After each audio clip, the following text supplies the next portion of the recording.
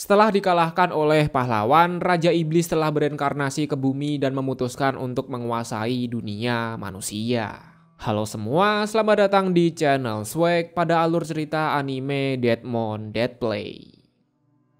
Cerita dimulai ketika seorang necromancer dikenal sebagai Dewa Mayat menyerang semua prajurit kerajaan secara membabi brutal. Begitu para prajurit telah terbunuh, Dewa Mayat mampu mengubah arwah dari mayat prajurit menjadi kekuatan bahkan bisa menciptakan pasukan zombie. Bagi Dewa Mayat, nyawa atau kehidupan seseorang hanyalah sebuah mainan bagi dirinya. Beberapa saat kemudian setelah itu muncullah seorang pahlawan yang dijuluki sebagai penghancur bencana, di mana dirinya ditugaskan untuk memusnahkan si Dewa Mayat ini. Pahlawan itu bernama Sragua. Menanggapi akan hal itu, Dewa Mayat langsung melancarkan serangan ke arah Sragua. Namun dengan cepat, Sragua langsung menangkis serangan itu dengan cara menyerangnya balik. Terjadi pertempuran sengit antara Dewa Mayat dengan pahlawan Sragua. Begitu Dewa Mayat telah terpojok, dirinya langsung mengumpulkan semua arwah yang ada di dunia dan segera mengubahnya menjadi seekor naga. Tapi ya hasilnya tetap sama saja, dibantu dengan kesatria kerajaan Sragua dapat membunuh naga zombie dengan satu kali serangan. Melihat pertempuran sengit itu, kesatria kerajaan agak ragu akan kemenangan dari pahlawan. Salah satu wanita pun bilang bahwa Sragua tidak mungkin mati terbunuh oleh Dewa Mayat. Kenapa kok bisa seperti itu? Jadi gini nih. Sewaktu Sragua masih kecil, dirinya kerap kali dihadapkan dengan kematian. Namun ajaibnya, dari berbagai macam tragedi yang ada, entah gimana ceritanya, Sragua selalu saja bisa selamat. Begitu Dewa Mayat mengeluarkan pasukan zombie, Sragua juga langsung mengeluarkan kekuatan sejati dari matanya. Menyadari akan hal itu, dengan spontan Dewa Mayat bilang bahwa kekuatan mata sejati milik Sragua itu bernama Evil Eye, sama seperti miliknya. Mata Evil Eye mampu melihat roh atau arwah dari orang-orang yang pernah mati. Tidak hanya arwah manusia saja, karena hampir semua arwah dari makhluk hidup dapat dilihat oleh Evil Eye. Bagi mereka yang memiliki kekuatan atau mata Evil Eye biasanya hanya bisa menempuh dua jalan. Yang pertama yakni mendedikasikan hidupnya untuk gereja sama seperti Sragua, dan yang kedua mereka akan menjadi necromancer yang bermain-main dengan arwah sama seperti yang dilakukan oleh Dewa Mayat saat ini. Setelah melakukan pertempuran panjang, akhirnya Sragua menemukan wujud asli atau inti dari tubuh Dewa Mayat. Dengan menghancurkan inti itu, maka sudah dipastikan Dewa Mayat akan benar-benar musnah. Sebelum melanjutkan pertempuran, Dewa Mayat pun bilang bahwa bagi siapapun yang memiliki mata jahat atau Evil Eye, pasti orang tersebut akan merasa senang ketika mendengar jeritan amarah dari orang mati. Karena pada dasarnya pengguna Evil Eye akan dipaksa berperan sebagai malaikat maut dalam membangun tumpukan mayat untuk dijadikan kekuatan. Ingin mengakhiri pertempuran ini, Dewa Mayat pun langsung mengeluarkan mantra sihir dengan skala besar. Meski memiliki kekuatan Evil Eye, Sragua sama sekali tidak mengenali pola dari sihir itu.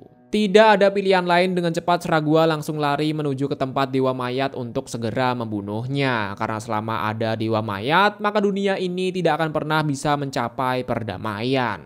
Tek, dibantu dengan anggota kerajaan, pada akhirnya Sragua berhasil memusnahkan Dewa Mayat. Namun beberapa jam setelah itu, Sragua agak ragu bahwa dirinya telah berhasil membunuh Dewa Mayat. Karena setelah diteliti kembali, sihir yang dikeluarkan oleh Dewa Mayat itu bukanlah sihir penghancur, melainkan sebuah sihir skala besar untuk melakukan teleportasi.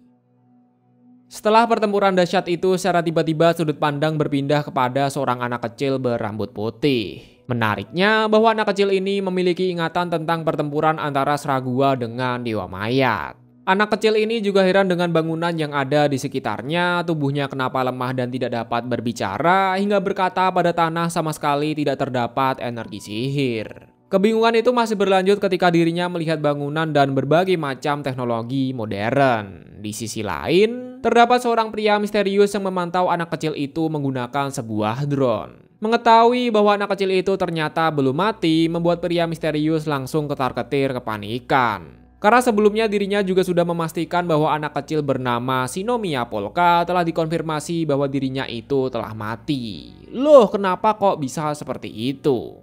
Jadi pria misterius ini ditugaskan oleh kliennya untuk membunuh seorang anak bernama Shinomiya Polka. Dan ya, misi itu telah berhasil dijalankan karena pada bagian leher milik Polka terdapat luka yang sangat amat dalam. Tapi anehnya, entah gimana ceritanya Shinomiya Polka bisa hidup kembali. Dan dari sini juga mulai terjawab bahwa Dewa Kematian telah bereinkarnasi ke tubuh milik Polka yang telah mati. Buat yang belum paham, jiwa milik Polka yang asli itu telah mati, sedangkan alasan kenapa Polka bisa hidup yakni akibat tubuhnya dirasuki oleh Dewa Mayat. Menariknya melihat anak kecil dan semua orang bisa hidup dengan damai membuat Polka atau Dewa Mayat senang melihat akan hal itu. Karena di kehidupan sebelumnya, Dewa Mayat telah gagal dalam mencapai perdamaian yang dia impikan. Beberapa saat kemudian setelah itu terdapat dua polisi yang menghampiri Polka akibat melihat darah pada lehernya. Ketika ditanya-tanya oleh polisi, Polka sama sekali tidak mengerti dengan bahasa Jepang. Namun setelah mengulik informasi pada otaknya, membuat Polka langsung paham akan bahasa yang diucapkan serta identitas asli dari tubuh yang dia gunakan. Ketika polisi ingin memanggil ambulans, secara tiba-tiba terdapat wanita asing yang langsung membawa Polka pergi menjauh dari polisi itu. Sesampai di gang, wanita itu memperkenalkan dirinya sebagai Misaki. Sekilas, ingatan milik Misaki mulai muncul memperlihatkan wajahnya yang sedang tersenyum. Dengan pecahan ingatan itu, Dewa Mayat menyimpulkan bahwa Misaki memiliki hubungan yang dekat dengan si Polka. Bisa saja Misaki ini adalah teman masa kecilnya. Untuk memastikan apakah Polka itu hantu atau bukan, Misaki melakukan body check dengan cara menjungkir balik tubuh milik si Polka. Dan dari pengecekan yang dia lakukan, Misaki menyimpulkan bahwa Polka bukanlah seorang hantu. Ya, iyalah. Terlepas dari itu, Polka sangat berterima kasih karena telah dibantu melarikan diri dari para polisi. Bukannya dijawab sama-sama, Misaki langsung mengeluarkan tongkat linggis sembari berkata bahwa dirinya akan membunuh Polka kembali. Seketika mengeluarkan ekspresinya sebagai seorang wibu psikopat. Dan dari sini juga mulai terjawab bahwa luka pada bagian leher itu disebabkan oleh Misaki. Dikarenakan pada tubuhnya saat ini sama sekali tidak terdapat energi sihir, Polka pun memutuskan untuk melarikan diri dari kejaran Misaki. Namun berkat bantuan pria misterius membuat Misaki dapat menemukan Polka dengan sangat mudahnya. Meski Polka dapat melihat semua serangan dari Misaki, tapi tubuhnya saat ini tidak mampu mengikuti akan kecepatannya. Mendapati lawan yang lumayan kuat membuat jiwa wibu psikopat milik Misaki semakin meronta-ronta. Hingga sampailah Polka pada sebuah ruangan yang memiliki ambience atau suasana agak gelap. Kemudian Misaki menjelaskan bahwa ruangan ini adalah tempat untuk mengeksekusi para mafia hingga yakuza. Sayang, serangan dari Misaki mengenai kaki milik Polka membuatnya tidak bisa berjalan lagi. Melanjutkan pembahasannya, rumor beredar bahwa pada ruangan ini terdapat banyak hantu dari arwah korban pembunuhan. Di saat yang sama ketika Misaki berkata seperti itu, secara tiba-tiba Polka mampu melihat para arwah menggunakan Evil Eye atau mata jahat miliknya. Berkat aktifnya Evil Eye membuat ingatan dan kekuatan dari Dewa Mayat perlahan-lahan mulai kembali. Tidak ingin mengulangi kesalahan yang sama seperti di kehidupan sebelumnya dan ingin melindungi perdamaian dunia, Polka atau Dewa Mayat langsung mengeluarkan kekuatan sejatinya untuk membunuh Misaki. Karena yang berhak bermain-main dengan nyawa atau kehidupan manusia itu hanya Dewa Mayat seorang. Anjas, keren. Evil Eye atau mata jahat. Bagi mereka yang terlahir dengan Evil Eye dapat melihat jiwa dari orang yang telah mati dan mereka juga dapat mengendalikan jiwa tersebut. Namun sebagai bayarannya, orang yang terlahir dengan kekuatan Evil Eye sudah ditakdirkan tidak dapat menjalani hidup secara damai. Pada dahulu kala, Dewa Mayat dijual oleh kedua orang tuanya ke pihak kerajaan dan ditugaskan untuk pergi ke medan perang sebagai necromancer atau orang yang bisa ngesamen-samen tengkorak. Akibat kekuatannya yang terlalu overpower, dirinya berhasil meratakan berbagai macam kerajaan secara sendirian.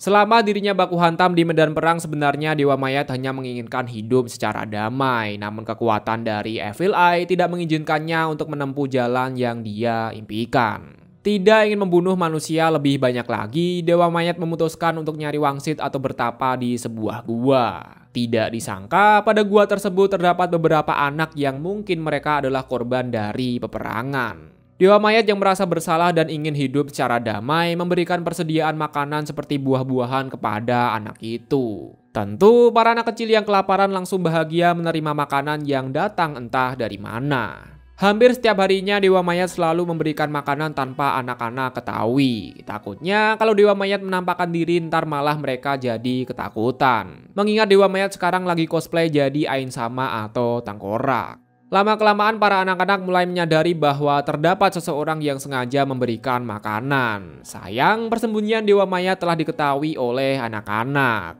Namun bukannya ketakutan, para anak-anak justru sangat menyambut Dewa Mayat dan berterima kasih atas makanan yang telah diberikan. Semenjak saat itu, Dewa Mayat dan para anak-anak mulai hidup secara berdampingan. Meski tubuhnya hanya berwujud tengkorak saja, namun berkat kebaikan dan ketulusan hatinya membuat salah satu wanita jadi jatuh cinta kepada Dewa Mayat. Sayang, sebelum kisah romansa dimulai, pihak kerajaan telah menemukan mereka semua. Dan mengingat Dewa Mayat dikenal dengan kekejamannya, membuat para pasukan langsung membunuh keluarga kecil milik Dewa Mayat, termasuk seorang wanita yang telah jatuh cinta kepada dirinya. Lalu kenapa pihak kerajaan atau kekaisaran melakukan semua ini? Alasannya cukup sederhana, berdasarkan kepercayaan kerajaan, para anak-anak telah tercemar oleh Dewa Mayat. Mengetahui bahwa keluarga kecilnya dibantai sekaligus wanita pujaan hati telah tiada, membuat Dewa Mayat kali ini benar-benar merasa marah. Meski dirinya sangat mendambakan perdamaian, namun orang-orang sinting seperti kesatria kerajaan itu wajib dimusnahkan. Selama 1 abad lamanya, Dewa Mayat mendedikasikan hidupnya untuk balas dendam. Beruntungnya, berkat Evil Eye, Dewa Mayat bisa menyiksa jiwa para kesatria meski secara umum mereka itu telah mati atau tiada. Setelah berhasil meratakan pasukan kerajaan, Dewa Mayat memutuskan untuk mengurung diri sembari mempelajari sihir teleportasi dan juga reinkarnasi. Pada titik ini, Dewa Mayat sedang menunggu seseorang yang bisa membunuhnya, karena ya bagaimanapun Dewa Mayat itu tidak bisa dibunuh dengan cara biasa. Hingga pada akhirnya Dewa Mayat dipertemukan dengan pahlawan Surugua dan dirinya juga berhasil bereinkarnasi sebagai Shinoyama Polka. Dari sini kita jadi tahu bahwa Dewa Mayat itu tidak benar-benar jahat. Setelah Dewa Jahat menyerang Misaki, dirinya dibuat kaget kenapa tubuh manusia itu bisa selemah ini. Maksudnya masa ditusuk 1 kali doang langsung mati sih? Ya nggak salah juga sih. Menyadari bahwa Dewa Jahat belum mengetahui apapun di dunia ini, dirinya langsung mencari cara untuk menghidupkan Misaki. Tujuannya apa? Ya buat nyari tahu mengenai segala sesuatu hal yang ada di dunia manusia. Terlebih lagi kalau Dewa Jahat ketahuan telah membunuh seseorang, tentunya akan membuat dirinya dikejar oleh polisi dan tidak bisa menjalani hidup secara damai. Di waktu yang sama, terdapat drone dari seseorang misterius yang mengawasi dari tadi. Melihat kekuatan dari Polka atau Dewa Jahat, membuat seseorang misterius ini langsung ketar-ketir kebingungan. Tidak ingin ketar-ketir sendirian seperti orang sinting, seseorang misterius ini langsung mengirimkan rekaman video itu kepada bosnya yang bernama Clarissa. Siapa tahu bisa ikut ketar-ketir. Sementara itu dalam kematiannya, Misaki mulai bermimpi mengenai masa lalunya. Dahulu kala Misaki adalah seorang gadis biasa dan juga sangat ceria, hingga pada suatu kejadian membuat dirinya menjadi seorang wibu psikopat. Lah emangnya kenapa nih? Kejadian yang dimaksud yakni terdapat seorang pembunuh yang membunuh kedua orang tuanya tepat di depan mata Misaki. Tentu melihat akan hal itu membuat Misaki kena mental dan ingin melakukan balas dendam. Tapi hal itu bukanlah yang menjadi penyebab utamanya. Alasan lain kenapa Misaki menjadi seorang wibu psikopat yakni akibat dirinya melihat seorang pembunuh yang sangat senang ketika sedang mengeksekusi para korbannya. Dan semenjak saat itulah Misaki mulai mencari pelaku untuk melakukan balas dendam sekaligus untuk memuaskan hasrat wibu psikopat. Hingga pada akhirnya Misaki telah menemukan pelaku yang selama ini dia cari. Tentu pada saat proses eksekusi Misaki tidak langsung membunuhnya, melainkan bersenang-senang dengannya terlebih dahulu. Rumor atau nama Misaki telah menyebar di kalangan para pembunuh, seorang wibu psikopat yang selalu tersenyum ketika sedang bermain-main dengan targetnya. Dikarenakan tujuan balas dendam telah tercapai, Misaki ingin mengambil satu misi lagi untuk mengetes apakah dirinya bisa membunuh orang baik atau tidak. Maksudnya membunuh orang biasa yang tidak memiliki catatan atau rekor tindakan kriminal. Dan orang yang dimaksud yakni adalah Shinoyama Polka. Dan ya, nyatanya ketika membunuh orang biasa, Misaki sama sekali tidak merasakan apa-apa. Dalam artian, dia ini adalah seorang wibu psikopat. Meski begitu, Misaki sadar selama dirinya hidup maka dunia tidak akan baik-baik saja. Maka dari itu, Misaki memutuskan untuk mengakhiri hidupnya sendiri. Misaki juga penasaran bagaimana rasanya kalau dirinya sudah terbunuh. Namun tepat ketika Misaki ingin mengakhiri hidupnya, terdapat panggilan dari seseorang misterius yang memberitahu bahwa target atau Shinoyama Polka itu ternyata masih hidup. Yaelah, baru aja mau pindah alam malah ada panggilan. Ingin segera pergi ke Isekai, dengan cepat Misaki pergi ke tempat Polka untuk menyelesaikan misinya dan segera pergi ke Isekai. Sayang bahwa Shinoyama Polka yang dulu berbeda dengan sekarang. Akibat dirasuki oleh Dewa Mayat justru membuat Misaki lah yang terbunuh oleh Polka.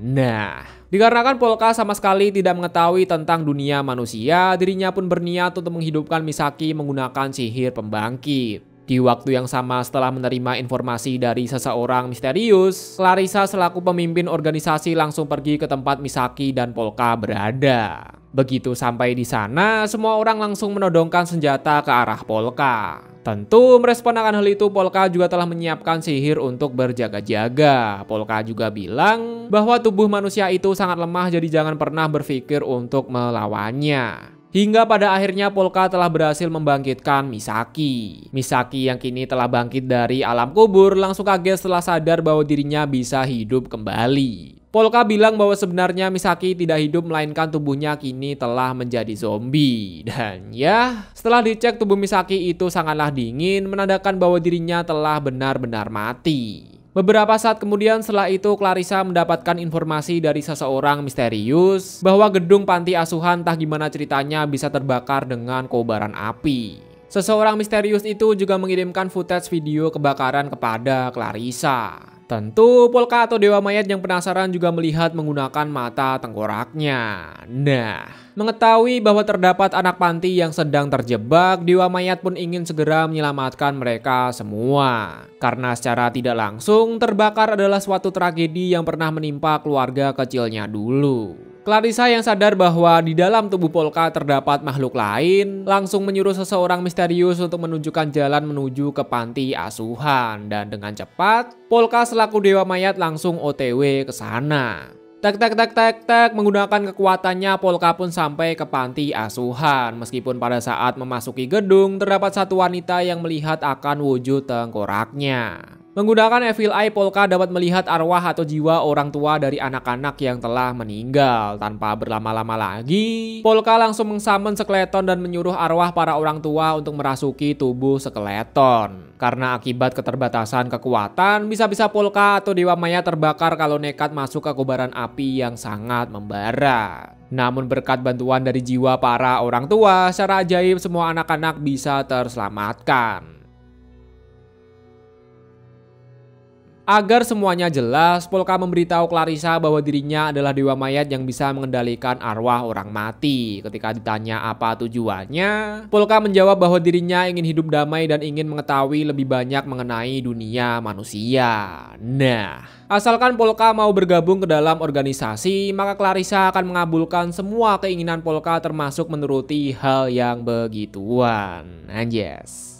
Sama seperti janjinya bahwa Clarissa akan menempatkan Misaki dan seseorang misterius bernama Kuruya. Setelah aksi heroiknya, beredar drama di Twitter tentang penampakan skeleton atau tengkorak pada bangunan panti asuhan yang terbakar pada tempo lalu. Bukannya ketakutan, setelah melihat penampakan di YouTube justru membuat hati milik Misaki semakin berdebar-debar. Apakah ini namanya? Enggak gitu. Agar keluarganya Polka yang asli tidak khawatir, di sini Clarissa juga membuatkan surat untuk menipu keluarga aslinya. Ya seolah-olah Polka itu masih hidup dan saat ini sedang pergi liburan. Pada awalnya Kuruya memberi saran untuk kembali ke rumah dan memberi kabar. Sayang, meski Dewa Mayat bisa mengambil ingatan dari tubuh Polka, namun informasi yang didapatkan itu sangatlah terbatas. Hanya ingatan dengan kesan kuat yang dapat diambil informasinya. Seperti halnya ingatan berulang seperti bahasa Jepang dan salah satunya yakni kejadian sewaktu Misaki mencoba untuk membunuh Polka asli. Sehingga saran untuk kembali ke rumah tidak dapat dilakukan karena Dewa Mayat tidak mengetahui nama asli dan kenangan dari kedua orang tuanya Polka asli maksudnya. Terlepas dari itu, daripada gabut, Dewa Mayat sedang mencari tahu persamaan dan perbedaan antara kedua dunia. Setelah diteliti, ternyata dunia manusia dan dunia sebelumnya itu tidak jauh berbeda. Sama-sama memiliki jenis hewan yang sama dan buminya juga sama-sama berputar. Mungkin perbedaan yang sangat signifikan bagi Dewa Mayat yakni tidak ada pasukan Geldowood atau kekaisaran yang mencoba untuk membunuhnya. Sedikit flashback bahwa di kehidupan sebelumnya pasukan Geldowood atau kekaisaran telah membunuh keluarga kecil serta membunuh Dewa Mayat. Dikarenakan mereka akan tinggal bersama, di sini Polka juga mengungkap akan identitas yang sebenarnya, bahwa dirinya dijuluki sebagai Dewa Mayat karena bisa mengendalikan kehidupan manusia layaknya seperti mainan. Tentu mendengar akan hal itu seketika membuat Kuruya langsung ketar-ketir ketakutan, sementara Misaki justru malah semakin suka terhadap Polka selaku Dewa Mayat. Ketika ditanya apakah Polka atau Dewa Mayat tidak keberatan tinggal bersama Misaki selaku orang yang pernah membunuhnya. Tidak, karena Polka yang asli juga telah memaafkan si Misaki. Lah, kok bisa tahu nih? Tidak disangka bahwa arwah milik Polka asli telah dimasukkan ke dalam drone atau pesawat terbang. Nah, tujuan Dewa Mayat saat ini yakni mencari tahu tentang identitas orang yang telah menyewa Misaki untuk membunuh Polka. Pada awalnya Polka juga sempat bertanya kepada Clarissa, namun demi menjaga identitas dari kliennya, Clarissa tidak mau memberitahu, namun sebagai gantinya, Polka diizinkan tinggal di gedung kematian di mana banyak arwah yang berkentayangan, biar jadi overpower lah. Tentunya untuk dapat bertahan hidup, tubuh manusia itu membutuhkan asupan makanan kan. Sembari mencari identitas pelaku, Polka ingin bekerja untuk mencari uang. Dan tanpa basi-basi lagi, Misaki pun bilang bahwa Polka bisa mendapatkan uang dengan cara menjadi assassin sama seperti dirinya. Mengingat Polka dapat membunuh Misaki dengan mudah pada episode 1.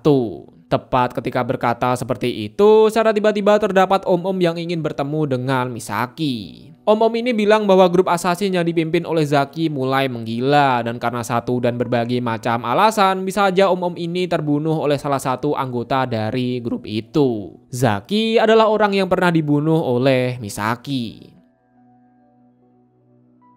Pada awalnya Misaki menolak untuk membantu om-om figuran, namun semua itu berubah ketika Polka datang sembari berkata, "Aku akan menerima permintaanmu." Tentunya Misaki yang mulai suka dengan Dewa Mayat juga langsung menerima permintaan dari om-om figuran. Hingga tak terasa, hari pun menjadi malam. Berdasarkan petunjuk dari om-om figuran, anggota grup assassin yang dipimpin oleh Zaki sedang berada dalam bangunan tua. Namun anehnya ketika Misaki sedang melakukan pengamatan, dirinya tiba-tiba diserang oleh sekumpulan para assassin. Tek tek tek tek tek, terjadi pertempuran sengit antara Misaki melawan para assassin. Akibat kekuatannya yang terlalu overpower, membuat Misaki dapat meratakan para assassin dengan sangat mudahnya. Setidaknya sebelum om-om figuran menembak Misaki dari belakang.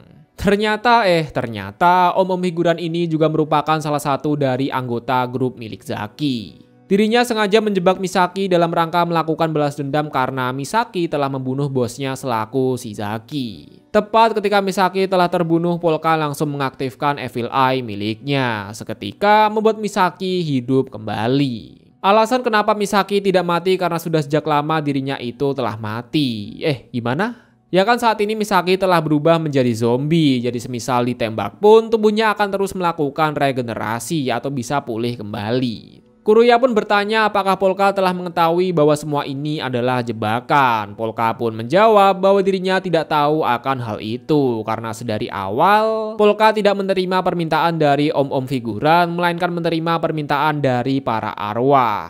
Tidak ingin buang-buang waktu, Polka langsung mengeluarkan tangan skeleton untuk membungkus para assassin ke dalam bola batu. Begitu para assassin telah berubah menjadi bola bakso, kini para arwah gentayangan bisa beristirahat secara tenang.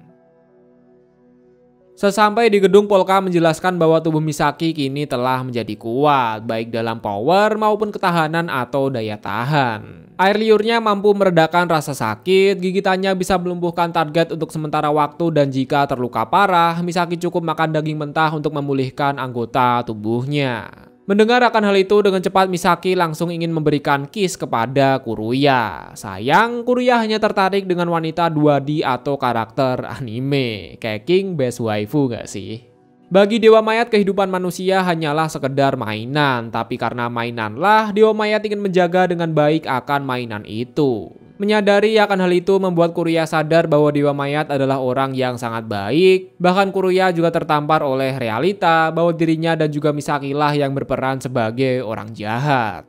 Di sisi lain, setelah mengetahui bahwa anggotanya telah menghilang, sisa orang yang masih hidup ingin melakukan balas dendam terhadap Polka. Namun begitu mereka ingin mengambil senjata, terdengar suara teriakan dan area di sekitar juga terdapat banyak sekali cipratan darah. Sesosok makhluk misterius ini bernama Lemming yang memiliki wujud sama seperti mumi.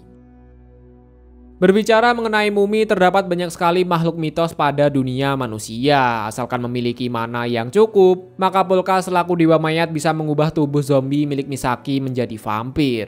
Seperti biasa, bahwa tugas Kuruya di sini yakni mengawasi dan melaporkan semua hal yang dilakukan oleh Polka dan Misaki kepada Clarissa. Clarissa adalah bos dari grup assassin. Setelah menerima laporan, Clarissa juga mendapatkan panggilan dari seorang klien yang menginginkan akan kematian dari Polka. Tapi mengingat sekarang Polka dan Clarissa sudah berada di pihak yang sama, tanpa ragu Clarissa langsung segera memutus hubungan dengan klien itu. Di sisi lain, terlihat seorang pria berbaju hitam yang sedang meminta maaf kepada om-om penjaga bar. Pria berbaju hitam tidak menyadari bahwa satu botol bir itu seharga 60.000 yen setara dengan 6 juta rupiah. Di waktu yang sama, terlihat seorang pria berambut kuning di mana dirinya ingin segera bertemu dengan Clarissa. Pria berambut kuning juga berkeluh kesah bahwa toko bir di sekitar sini memasang harga yang gak wajar, bahkan bisa dibilang telah melakukan penipuan. Yep, pria berbaju hitam tadi adalah salah satu korban dari toko bir nakal. Tidak tahan karena terus meminta maaf tapi malah direndahkan, pria berbaju hitam langsung segera membabat habis mereka semua.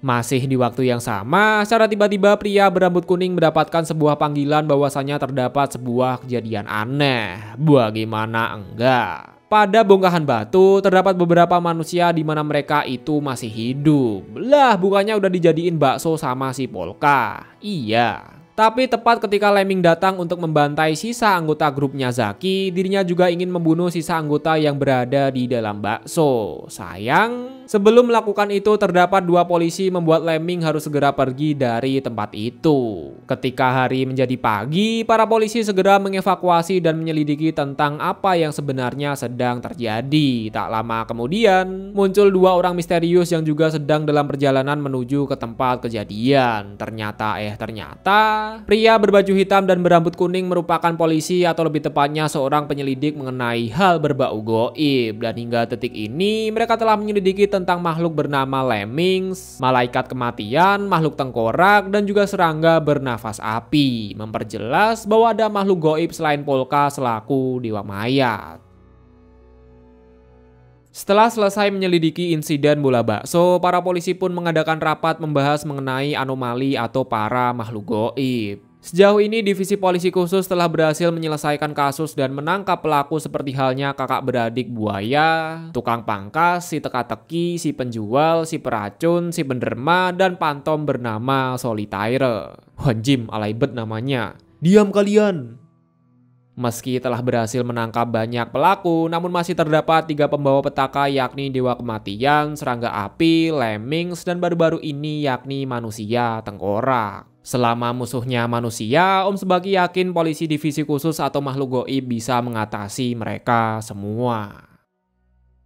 Dikarenakan harga drone saat ini sedang naik, membuat Dewa Mayat terus memindahkan arwah milik Polka yang berada pada drone ke dalam sebuah boneka ikan paus. Begitu drone telah dikembalikan, seketika membuat Kuruya langsung menjadi sangat bahagia.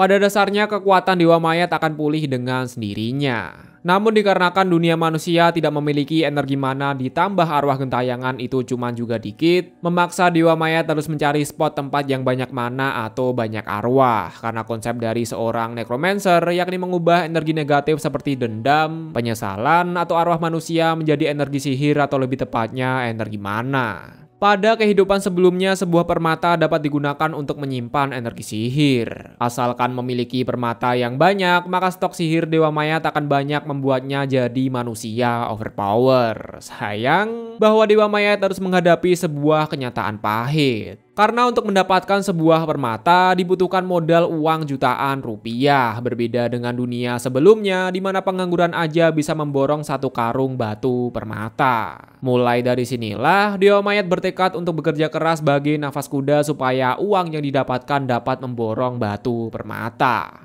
Dikala perjalanan pulang tidak disangka terdapat Arase yang melihat drone milik Kuruya. Begitu melihat drone itu, tanpa basa-basi lagi Arase langsung menangkapnya agar tidak memancing keributan. Di sini Arase bilang ke Misaki dan Dewa Mayat untuk tidak memperdulikannya, anggap aja nggak lihat. Misaki juga bilang ke Dewa Mayat bahwa Arase merupakan orang yang sangat berbahaya. Jikalau saja Dewa Mayat mengeluarkan kekuatan yang sebenarnya, maka sudah dipastikan Dewa Mayat tidak akan bisa menjalani hidup damai karena terus dikejar oleh Arase. Meski begitu, Polka bilang ke Arase bahwa drone itu merupakan benda berharga milik temannya. Secara tidak langsung, Dewa Mayat telah memberi petunjuk bahwa Misaki dan Dewa Mayat itu satu komplotan dengan Kuruya. Sembari berjalan ke arah Polka, Arase bilang bahwa sebaiknya jangan berteman dengan Kuruya. Karena Kuruya merupakan manusia sampah di mana rela mengkhianati temannya demi keselamatan hidupnya. Loh, kenapa kok bisa seperti itu? Jadi pada dahulu kala Kuruya pernah menjadi informan para gangster di kota Shinjuku. Sialnya, anggota gangster bertemu dengan Arase selaku polisi membuat mereka terbantai menyisakan Kuruya saja. Tidak ingin bernasib sama dengan anggota gangster lainnya, di sini Kuruya mau memberikan segala informasi mengenai gangster lainnya asalkan dirinya bisa selamat. Dan dari situlah alasan kenapa Kuruya dicap sebagai manusia sampah. Bukannya menuruti perkataan dari Arase, di sini Dewa Mayat bilang bahwa hanya dirinya lah yang berhak menentukan mau berteman dengan siapa. Seketika membuat Arase ketar-ketir ketakutan melihat pancaran kekuatan dari Dewa Mayat. Nah, melihat hal yang baru dan sepertinya Polka atau Dewa Mayat itu sangat berbahaya, justru membuat jiwa wibu psikopat milik Arase semakin menggebu-gebu. Tidak ingin melibatkan Misaki dan Dewa Mayat dalam bahaya, dengan cepat Kuruya langsung menelpon Arase untuk mengalihkan perhatiannya.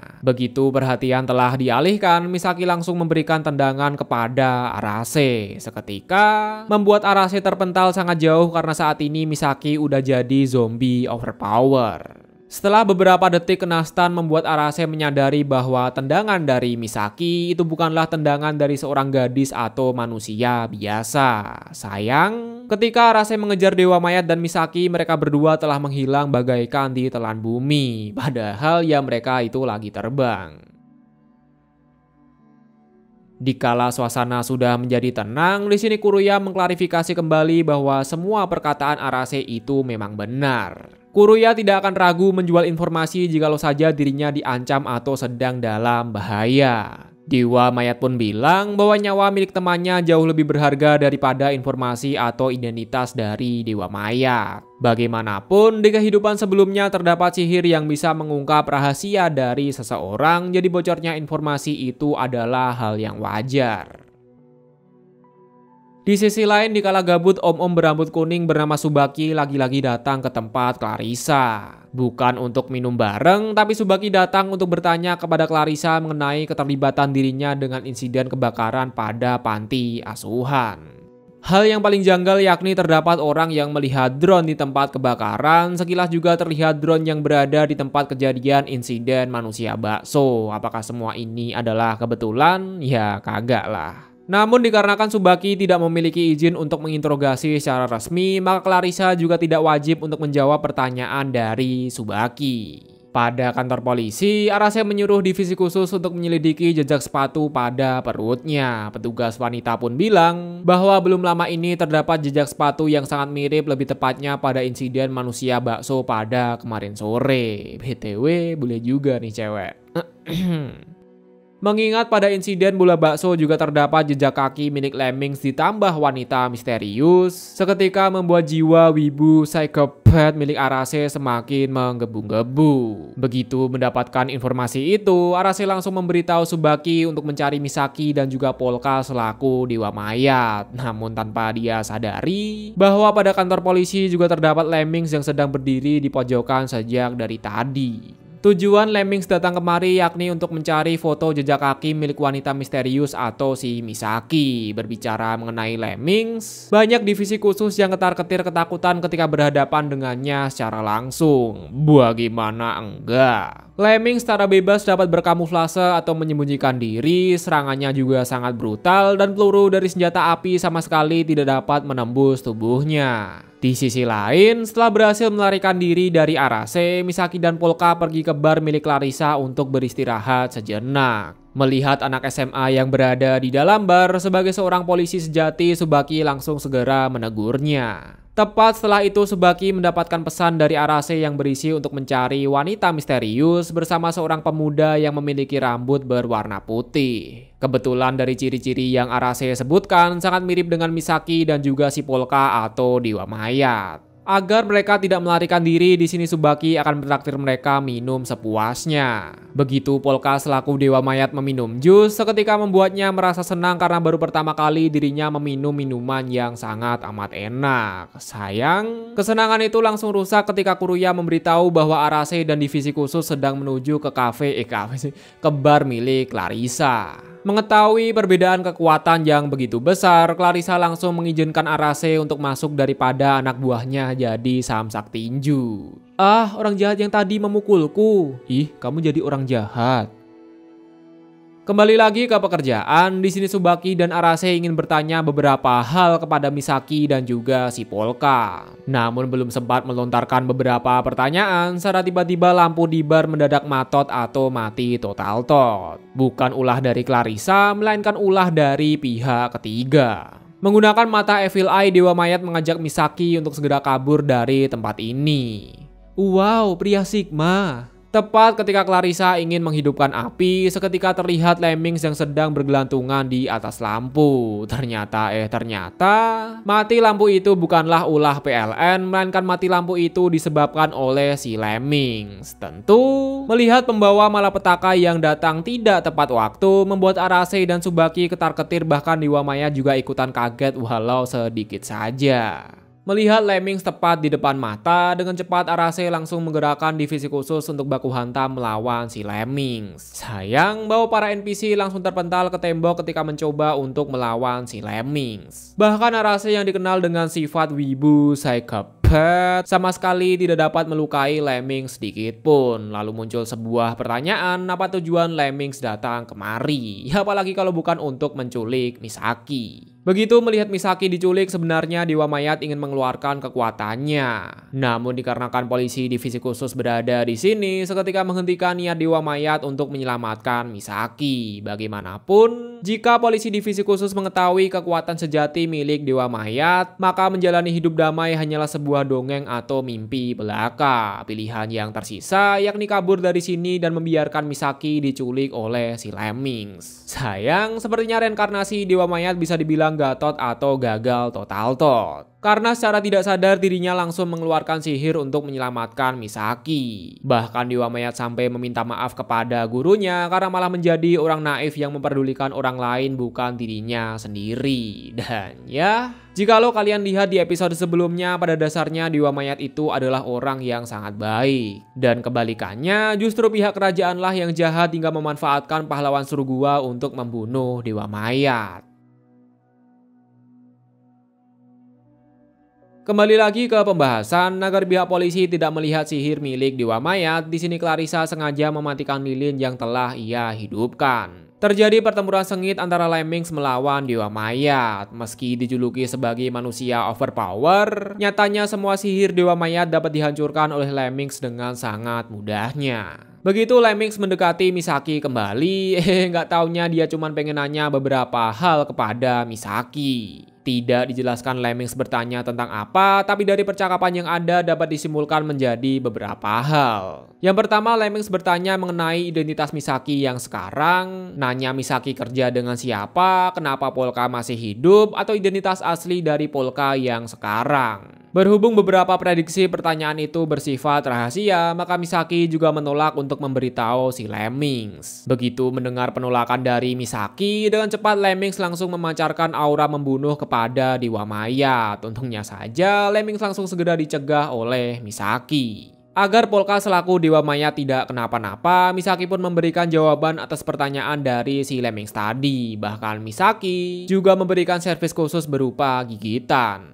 Dewa Mayat yang melihat akan hal itu langsung sadar bahwa Misaki sedang berusaha untuk melumpuhkan Lemmings menggunakan racunnya. Mengingat air liur milik Misaki itu bisa melumpuhkan lawan. Sayang bahwa gigitannya tidak mampu menembus perban milik si Lemmings. Ya udah deh, ditusuk pakai garpu yang udah ada air liurnya. Siapa juga yang mau? Dan benar saja, berkat air liur milik Misaki mampu melumpuhkan Lemmings meski cuma jadi lemes saja. Tanpa basi-basi lagi dengan menyerap arwah kebencian yang ada di sekitar Lemmings, Dewa Mayat pun langsung mengeluarkan tubuh aslinya. Seketika langsung membunuh Lemmings.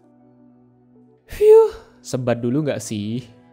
Dikala pulang, Polka dan Misaki menceritakan semua hal yang terjadi kepada Kuruya. Tentu mendengar kabar bahwa Lemmings telah mati seketika membuat Kuruya kaget sekaget-kagetnya. Karena ya Lemmings telah dijuluki sebagai makhluk urban legend yang sangat menakutkan, di mana selalu menyelesaikan pekerjaannya dengan sangat brutal. Teringat dengan perkataan sang guru, tidak peduli berapa lama mereka berteman, jika memiliki niat untuk membantu maka bantulah orang itu.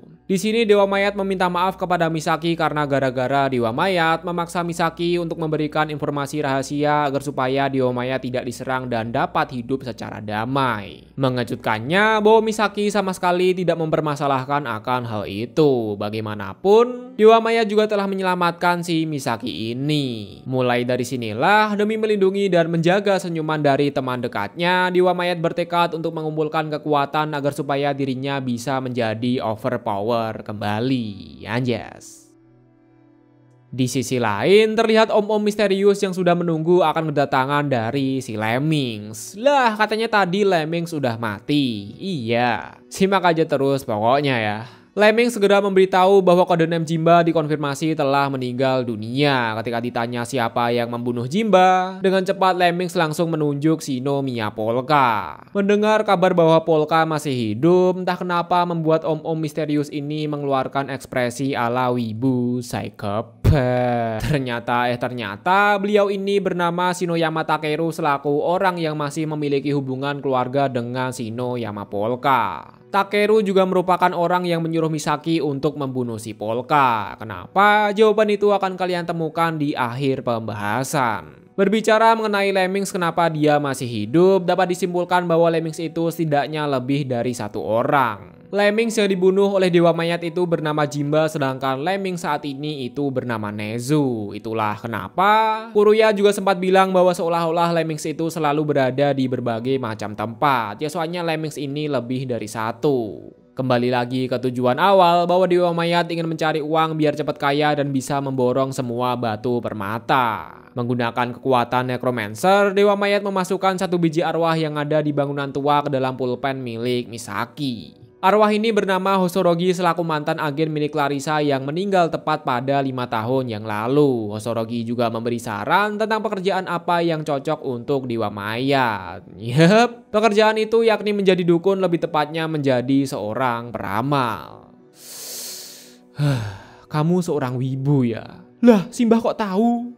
Dibantu dengan informasi yang diberikan oleh Kuruya ditambah kekuatan Necromancer, membuat Dewa Mayat dapat meramal secara akurat. Kuruya bertugas mencari latar belakang keluarga, Dewa Mayat berbicara dengan arwah yang ada di samping pelanggan, Hosorogi sebagai sekretaris, dan Misaki sebagai pajangan, lebih tepatnya untuk menarik hasil dari usaha tipu menipu, maksudnya menjadi seorang peramal, auto kaya nggak sih? Tidak ingin mengambil keuntungan yang terlalu banyak, di sini Polka ingin membagi uang menjadi 5 bagian. Dewa Mayat, Polka asli, Misaki, Kuruya, dan juga Hosorogi selaku pulpenkun. Dengan cepat Polka asli pun bilang bahwa dirinya tidak ingin mengambil keuntungan. Kuruya juga menambahkan, lagian Polka asli sudah terbiasa melihat uang berjibun juta yen.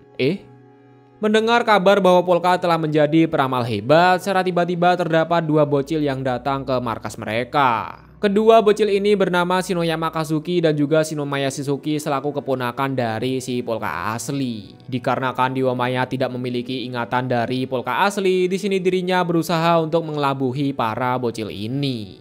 Namaku adalah Dewa Mayat, bukan Shinoyama Polka. Stres? Hah, Dewa Mayat? Tapi keren juga sih. Tujuan para bocil datang kemari yakni ingin melihat kekuatan peramal yang Polka miliki. Sayang bahwa toko peramal hanya buka pada jam 10 pagi. Dengan begitu, Kuruya juga langsung menyuruh mereka untuk segera pergi. Mendengar akan hal itu, Kazuki pun langsung berkata, terus kalau aku bilang gak mau pergi itu gimana? Tinggal laporin ke polisi aja gak sih? Tidak ingin membiarkan anak kecil menangis, di sini Dewa Mayat langsung menghentikan adu mulut antara Kazuki dan juga Kuruya. Aku tuh nggak nangis. Aku juga mau. Secara tiba-tiba Dewa Mayat bilang jangan khawatir karena mereka berdua memiliki masa depan. Bagaimanapun, Dewa Mayat pasti akan melindungi Kazuki dan juga Shizuki. Bukan berbicara dengan para bocil, melainkan Dewa Mayat sedang berbicara dengan arwah gentayangan yang meminta Dewa Mayat untuk menyelamatkan kedua bocil ini. Lah emangnya kenapa lagi? Simak aja terus pokoknya ya. Dikala kedua bocil pulang, Dewa Mayat segera menjelaskan arwah gentayangan serta akan pulang ke rumah Polka asli untuk mengecek keadaan. Bagaimanapun, melihat kedua bocil itu seketika mengingatkannya kepada keluarga kecil yang dimiliki oleh Dewa Mayat dulu. Nah, kenapa si Takeru ingin ngebunuh Polka padahal masih satu keluarga dan terdapat arwah yang meminta Dewa Mayat untuk melindungi kedua bocil? Kuruya menjelaskan bahwa keluarga Shinoyama itu adalah keluarga kaya raya yang memiliki bank sendiri di mana memiliki aset hingga triliunan yen. Dan identitas asli dari si Polka adalah anak kedua dari Rozan Shinoyama selaku ketua dari keluarga Shinoyama saat ini. Mengingat Rozan juga sudah tua dan jikalau terjadi apa-apa, maka secara otomatis Polka akan mewarisi tahta atau harta milik si Rozan ini. Jadi kesimpulannya apa? Beli kopi 80.000 di hotel. Enggak. Si Takeru ingin menjadi ketua dan tidak ragu untuk membunuh anggota keluarganya sendiri, tidak terkecuali untuk Polka atau kedua bocil yang bernama Kazuki dan juga Shizuki. Berhubung Dewa Mayat juga telah bilang akan kembali ke rumah Polka asli, maka sama saja Dewa Mayat akan pergi ke tempat di mana musuh berada. Bisa saja tidak hanya Takeru saja yang ingin membunuh Polka, melainkan keluarga lainnya juga ada yang memiliki niatan yang sama. Dikala perjalanan pulang, Kazuki agak ragu bahwa Polka yang sekarang sepertinya berbeda dengan yang dulu. Bagaimanapun, Polka yang asli itu memiliki sifat penakut dan juga sangat naif. Berbeda dengan Polka yang sekarang, di mana dirinya sangat berani dan juga sangat Cerita berakhir ketika Takeru memergoki bahwa Kazuki dan Shizuki telah bertemu dengan si Polka atau si Dewa Maya. Doyalah. Sebelum pergi ke keluarga besar Shinoyama, di sini Kuruya menjelaskan mengenai silsilah keluarga dari Shinoyama. Saat ini pemimpin keluarga Shinoyama bernama Rozan yang memiliki dua istri. Istri pertama melahirkan anak bernama Gaku dan istri kedua melahirkan anak bernama Polka. Gaku adalah ayah dari Takeru. Hosorogi atau Pulpenkun pun bilang bahwa Takeru bekerja di divisi keamanan di keluarga Shinoyama yang bertugas untuk menghilangkan skandal serta memusnahkan para pembuat masalah. Menandakan bahwa Takeru bukanlah sekedar mas-mas biasa. Untuk orang yang diberi tanda X ini bernama Suzuka selaku arwah gentayangan yang meminta Dewa Mayat untuk melindungi Kazuki dan juga Shizuki. Kenapa? Jawaban itu akan kalian temukan seiring berjalannya cerita. Mengingat hari ini Polka atau Dewa Mayat akan pulang ke rumah, di sini Shizuki dan Kazuki ingin menjadi orang pertama yang menyambut pamannya. Tentu arwah gentayangan juga selalu mengikuti mereka berdua. Sesampai di sana Polka dan Misaki langsung disambut oleh Shizuki dan juga Kazuki. Shizuki pun bilang bahwa dirinya nggak nyangka Polka atau Dewa Mayat beneran datang kemari. Dewa Mayat pun menjawab karena dirinya sudah berjanji kepada arwah gentayangan. Beberapa saat kemudian muncullah Takeru yang juga menyambut akan kedatangan dari Dewa Mayat. Takeru adalah bos dari si Lemmings. Dilanjut dengan perkenalan dari Misaki dan diakhiri dengan seseorang misterius yang melihat mereka berdua dari dalam jendela atau lebih tepatnya pada lantai 2. Sesampai di ruang tamu, Misaki juga memperkenalkan dirinya kembali. Ternyata Misaki juga bukan sekedar orang biasa. Bagaimana enggak? Karena ya dahulu kala Misaki juga merupakan seorang putri bangsawan dari perusahaan besi baja ternama.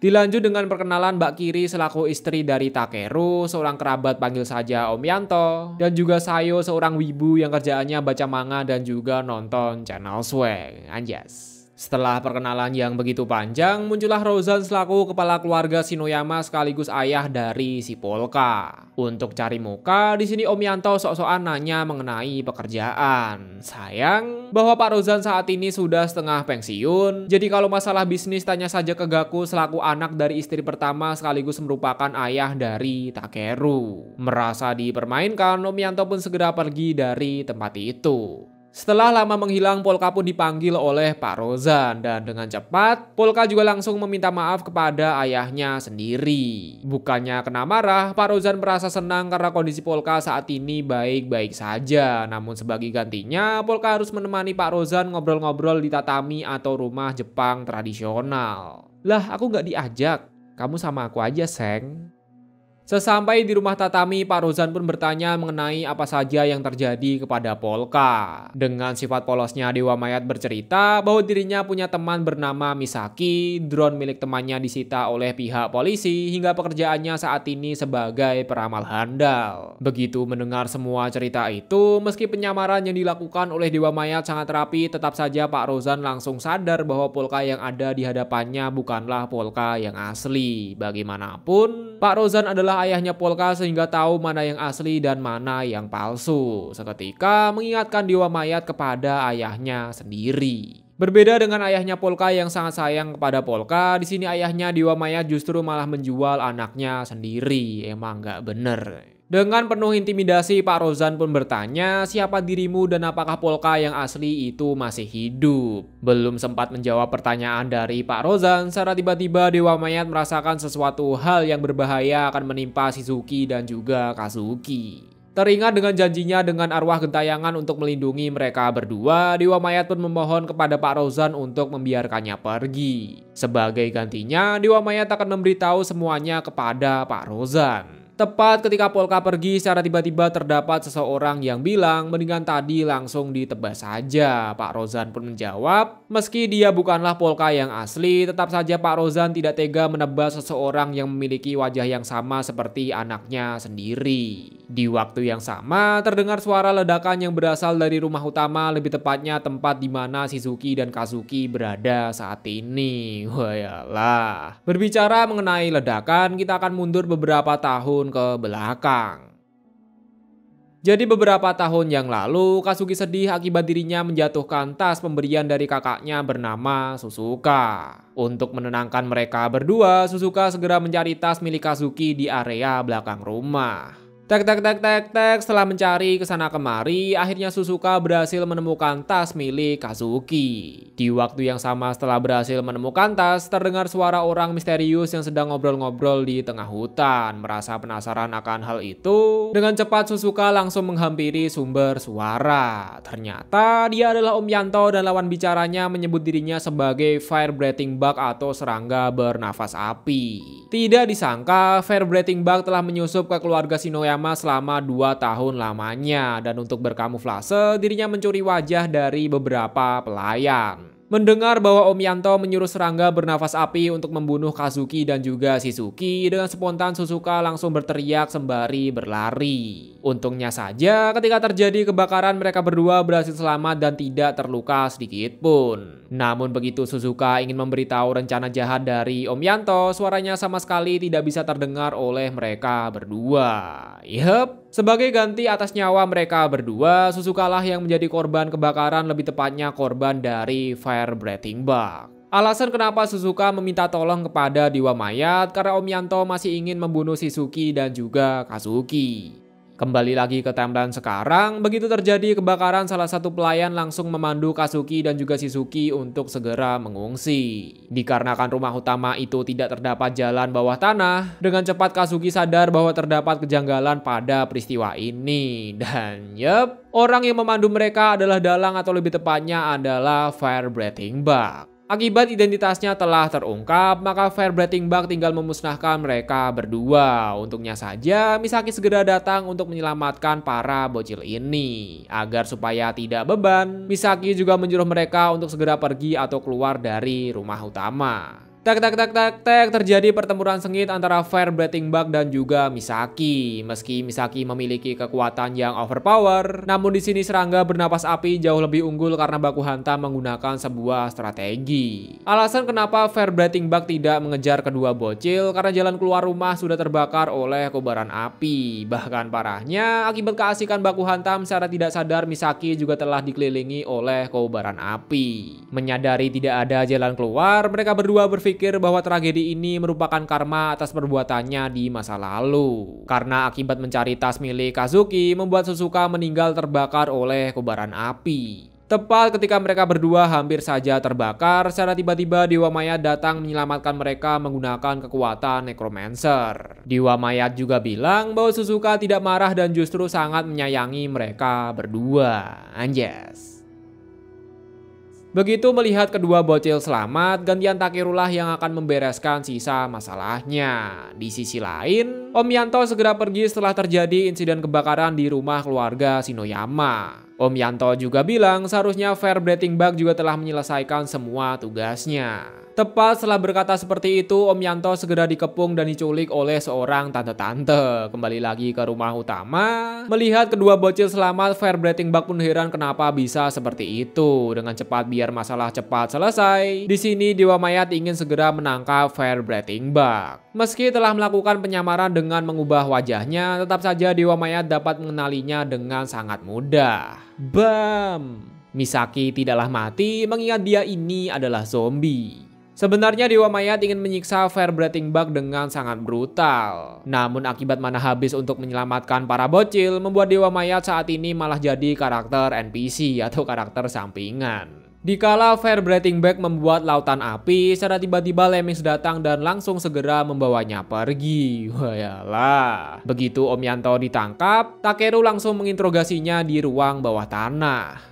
Pada awalnya Om Yanto bilang bahwa dirinya melakukan semua itu akibat dipaksa oleh Fire Breathing Bug. Namun Takeru yang tahu bahwa Fire Breathing Bug di rumah itu adalah palsu, langsung segera memberikan pelajaran kepada Om Yanto karena telah berani bermain dengan keluarga Shinoyama. Lah, kenapa Takeru tahu kalau Fire Breathing Bug yang di rumah itu adalah palsu? Di sisi lain, melihat fenomena kebakaran di panti asuhan, Tsubaki dan Arase pergi ke tempat Phantom Solitaire untuk meminta pencerahan. Tsubaki berspekulasi bahwa Fire Breathing Bug itu menyamar dan menyusup ke rumah target untuk melakukan tugasnya. Ya kurang lebih sama seperti Fire Breathing Bug yang ada di rumah keluarga Shinoyama. Dengan cepat Phantom Solitaire pun bilang jikalau ada orang yang menggunakan metode itu sudah dipastikan adalah Fire Breathing Bug palsu. Kenapa?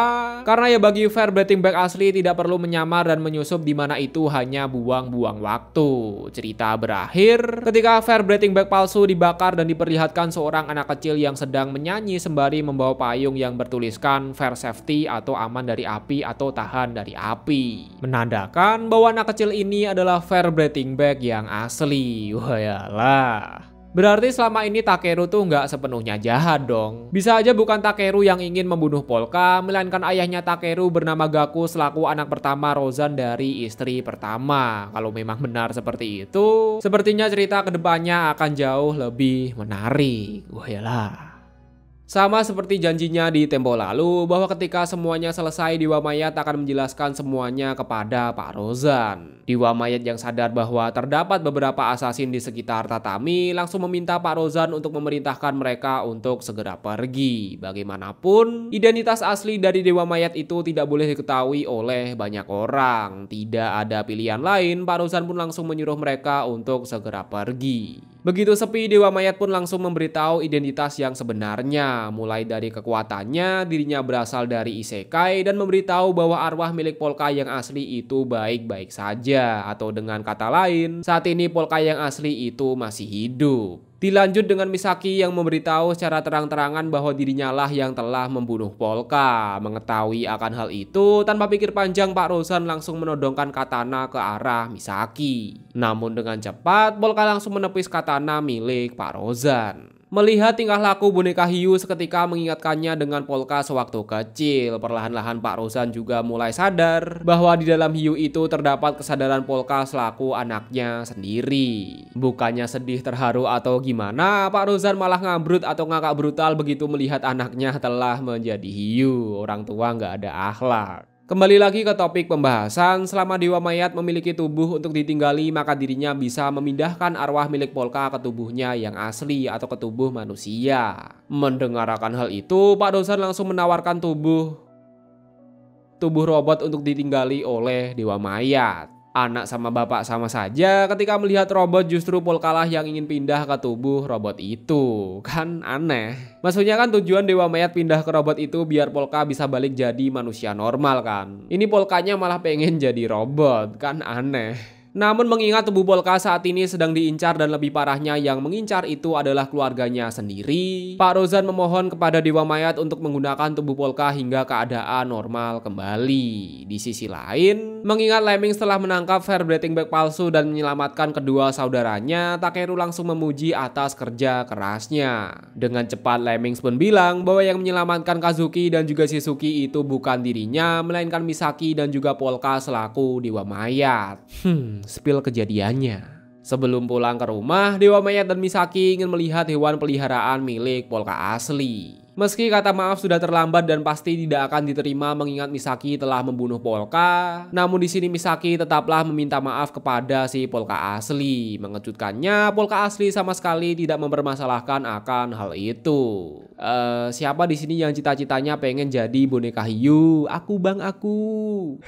Di waktu yang sama, Kazuki dan juga Shizuki langsung berterima kasih kepada Misaki karena telah menyelamatkannya dari Breathing Bag. Tentu mereka berdua juga berterima kasih kepada si Polka. Dewa mayat pun langsung segera bilang bahwa orang yang menyelamatkan mereka bukanlah Polka, melainkan sang peramal bernama Dewa Mayat dan juga roh pelindung keluarga Shinoyama. Seketika terlihat arwah gentayangan atau roh pelindung, lebih tepatnya adalah Shinoyama Suzuka selaku kakak mereka.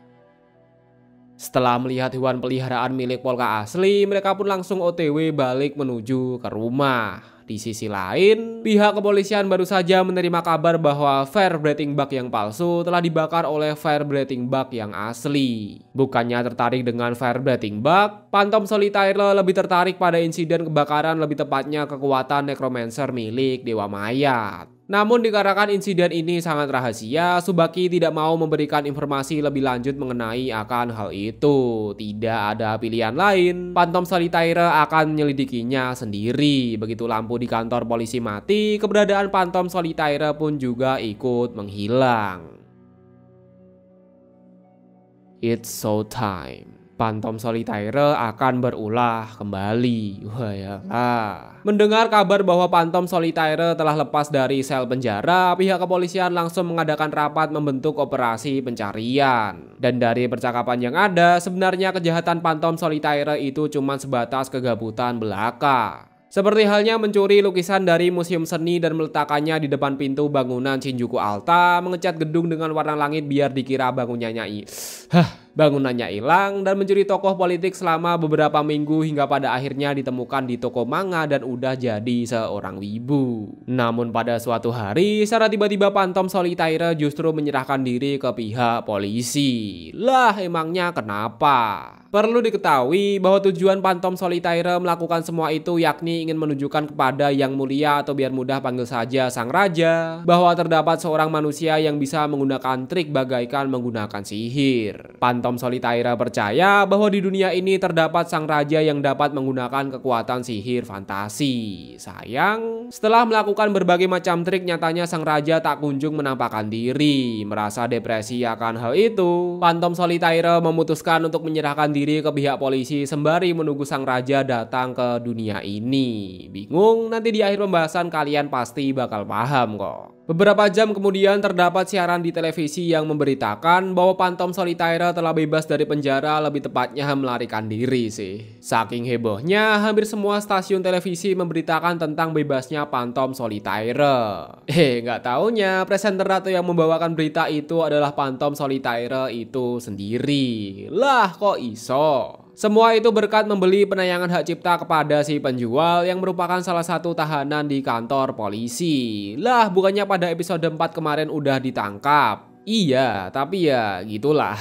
Terlepas dari itu, mengingat Phantom Solitaire itu adalah julukan yang dibuat oleh Tsubaki, dan sebagai hadiah atas pemberian nama, Phantom Solitaire akan melancarkan aksinya 1 minggu mulai dari sekarang. Jadi selama 1 minggu, sebisa mungkin nikmatilah kehidupan damaimu. Hayalah. Mendengar berita mengenai Phantom Solitaire, Dewa Mayat pun penasaran siapakah orang itu. Kuruya pun menjelaskan bahwa Phantom Solitaire itu merupakan salah satu urban legend atau mitos yang ada di kota Shinjuku, sama seperti halnya Lemmings dan juga Fair Breathing Bug. Di dunia Dewa Mayat sebelumnya juga terdapat beberapa makhluk yang sekiranya terkenal. Beberapa di antaranya ada Pirawizo selaku naga berbisa dan pahlawan Surugua selaku Calamity Crusher. Berbicara mengenai naga, Dewa Mayat sempat mengira bahwa di dunia ini juga memiliki naga. Mengingat pada buku dongeng tubuh mereka itu terlihat sangat mirip. Tidak hanya hewan naga saja, pasalnya wujud dari spirit elemental atau roh elemen itu juga sangat mirip. Hosorogi atau Pulpenkun pun bilang mungkin saja terdapat titik atau petunjuk bahwa kedua dunia itu saling terhubung. Mengingat ilustrasi naga dan roh elemen itu memiliki wujud yang sangat mirip. Wayalah. Nah, untuk bagian ini mungkin pembahasannya agak serius, jadi mohon untuk disimak baik-baik. Berpindah ke atas gedung, Phantom Solitaire bilang, "Kukira di dunia ini tidak ada sihir, jadi aku putus asa dan mengurung diri di dalam penjara. Namun sekarang aku telah menemukan kemungkinan yang baru." Tepat setelah berkata seperti itu, muncullah Fair Breathing Bug yang datang menjawab panggilan dari Phantom Solitaire. Yap, semua hal yang dilakukan sewaktu di televisi tadi terdapat pesan agar Fair Breathing Bug itu datang untuk menemui dirinya.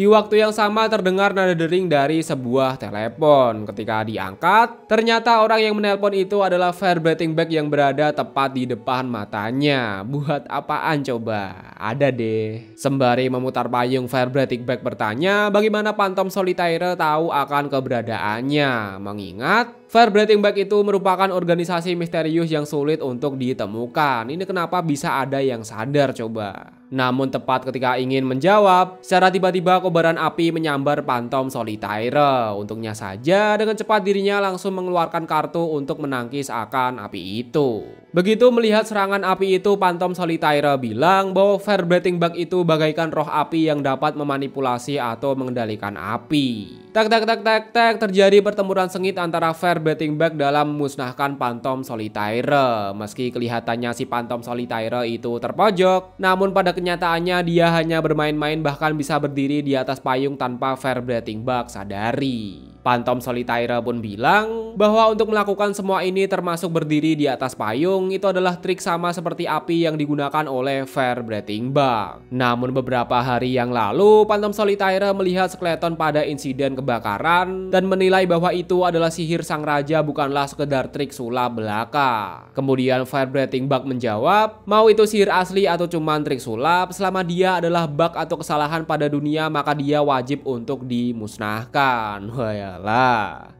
Oke, kita perjelas di sini ya, bahwa api milik Fair Breathing Bug itu hanyalah trik sulap, jadi bukan kekuatan sihir. Begitu juga kekuatan Phantom Solitaire dan juga si Lemmings hanyalah sebatas trik atau teknologi belaka, jadi bukan kekuatan sihir kayak Dewa Mayat lah. Berbeda dengan sang raja, di mana dia bisa menggunakan kekuatan sihir yang sebenarnya. Sang raja yang dimaksud tak lain dan tak bukan yakni si Dewa Mayat. Waduh. Cerita berakhir ketika Sayo selaku seorang wibu dan juga Xiaoli yang datang ke tempat Polka tinggal. Wadidaw. Setelah bebas dari penjara dan daripada gabut, Phantom Solitaire memutuskan untuk bermain game VR pada Game Center. Tidak disangka bahwa teknologi game VR kini sudah berkembang dengan sangat pesat. Dikala perjalanan mengingat Phantom Solitaire itu sangat terkenal, orang-orang langsung berbondong-bondong untuk memfoto Phantom Solitaire, yang hingga pada akhirnya dirinya dikejar oleh polisi mengingat Phantom Solitaire saat ini adalah buronan. Di waktu yang sama, Fair Breathing Bug juga selalu mengawasi setiap pergerakan dari Phantom Solitaire. Wayalah. Di sisi lain, atas perintah dari Pak Rozan, kini Sayo dan pengawalnya bernama Xiao Yulei akan tinggal di markas Dewa Mayat untuk sementara waktu. Alasan terbesar kenapa Sayo pindah akibat dirinya merasa depresi karena hampir semua boneka hiunya telah terbakar oleh kobaran api yang sangat amat dahsyat. Tak lama setelah itu, Xiao Yulei menunjukkan HP yang terdapat rekaman dari Pak Rozan. Pada rekaman itu, Pak Rozan bilang bahwa alangkah baiknya Sayo dan Polka tinggal di tempat yang sama. Lah, emangnya kenapa? Yang pertama, kamar milik Polka dan Sayo itu terbakar dan kalau berada di satu tempat yang sama maka Sayolei dapat melindungi mereka berdua. Serta alasan yang paling penting, sebentar lagi pihak kepolisian akan datang untuk mengecek keadaan. Pihak polisi yang dimaksud tidak jauh-jauh dari Tsubaki dan juga Arase. Jadi untuk menghindari hal yang tidak-tidak, alangkah baiknya Sayo mengungsi di tempat Polka, lebih tepatnya adalah markas milik Dewa Mayat. Meski Sayo adalah seorang wibu akut, tapi di sini Dewa Mayat berspekulasi bahwa bisa aja orang yang menyewa Misaki untuk membunuh Polka, yakni adalah si Sayo ini. Walah. Di hari berikutnya, mengingat Sayolei bertugas untuk merawat Sayo, dengan cepat dirinya langsung segera mempersiapkan sarapan atau makanan pagi. Makan pagi bukan makanan pagi. Tidak ingin membiarkan seorang wibu itu masuk angin, Misaki berinisiatif mengajak Sayo untuk membeli kasur, sementara Dewa Mayat dan Kuruya akan membersihkan tempat untuk dijadikan kamar nantinya. Dikala hari menjadi malam, secara tiba-tiba Sayolei terbangun dari tidurnya. Hanya dengan menyentuh kepalanya saja, Sayolei dapat mendengarkan percakapan antara Kuruya dan juga Dewa Mayat, menandakan bahwa Sayolei itu bukanlah sekedar manusia biasa. Lah, emangnya kenapa Sayolei pakai nyadap suara segala? Jadi beberapa hari sebelumnya, Sayolei diberikan sebuah misi oleh Pak Rozan untuk menemani Sayo ke kota Shinjuku. Pada awalnya Sayolei merasa senang karena mengira bahwa dirinya telah diberi misi untuk menyingkirkan Polka palsu atau si Dewa Maya. Tapi kebalikannya, Pak Rozan justru memberi misi Sayolei untuk melindungi Sayo dan juga Polka palsu. Meski diperintahkan untuk melindungi Polka palsu, tapi di sini Sayolei ingin menyingkirkan serangga beracun yang berani mendekati si Pak Rozan. Atau dengan kata lain, sedari awal Sayolei ingin menyingkirkan si Polka palsu. Lebih parahnya lagi, Sayolei juga ingin sekalian menyingkirkan si Polka asli. Wayalah. Apakah Sayolei merupakan orang yang menyewa Misaki untuk membunuh Polka asli? Lalu kenapa Sayolei sangat membenci si Polka asli? Alasannya cukup sederhana, yakni dikarenakan Polka asli itu sangatlah lemah. Sayolei juga sempat berpikir bahwa lebih baik dirinya lah yang menjadi putra atau anak dari Pak Rozan menggantikan si Polka asli. Lalu kenapa Sayolei sangat terobsesi dengan Pak Rozan? Jadi gini nih.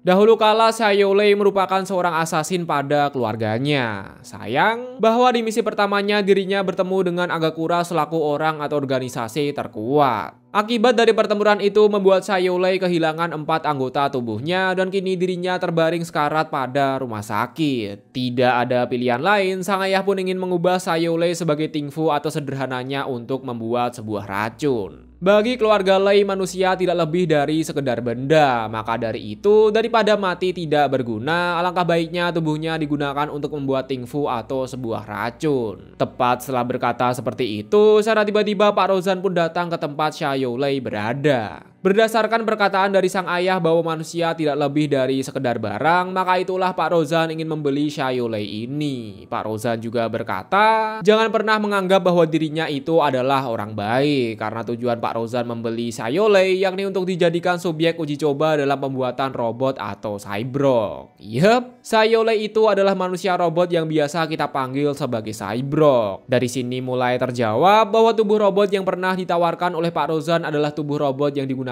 pada Sayolei saat ini. Bisa saja bahwa Lemmings juga menggunakan tubuh robot yang sama untuk mendapatkan kekuatan overpower. Mengingat tubuh robot itu dibuat dan dikembangkan oleh keluarga Shinoyama. Untuk itu, demi membalas kebaikan dari Pak Rozan, Sayolei mendedikasikan hidupnya untuk Pak Rozan. Saking terobsesinya, sampai-sampai dirinya ingin menjadi anak dari Pak Rozan.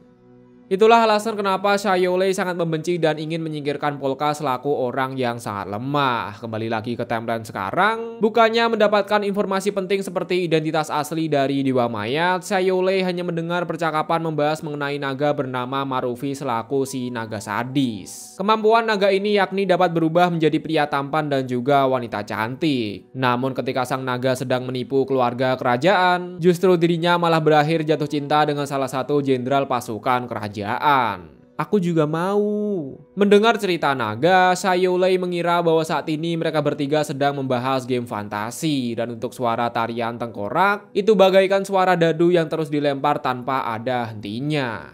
Dewa Mayat pun bilang, bahwa Sayole merupakan orang yang sangat tekun dan juga sangat disiplin. Bagaimana enggak? Meski sudah larut malam, nyatanya Sayole masih berdiri tepat di depan pintu kamar Sayo selaku si wibu akut. Padahal sebenarnya Sayole sedang menyadap dan mendengarkan percakapan antara Dewa Mayat, Kuruya, dan juga Misaki. Tentu mendengar percakapan bahwa Dewa Mayat menyadari akan keberadaannya seketika membuat Sayole langsung ketar-ketir menjadi panik. Mengingat di area sekitar juga sama sekali tidak ada kamera CCTV.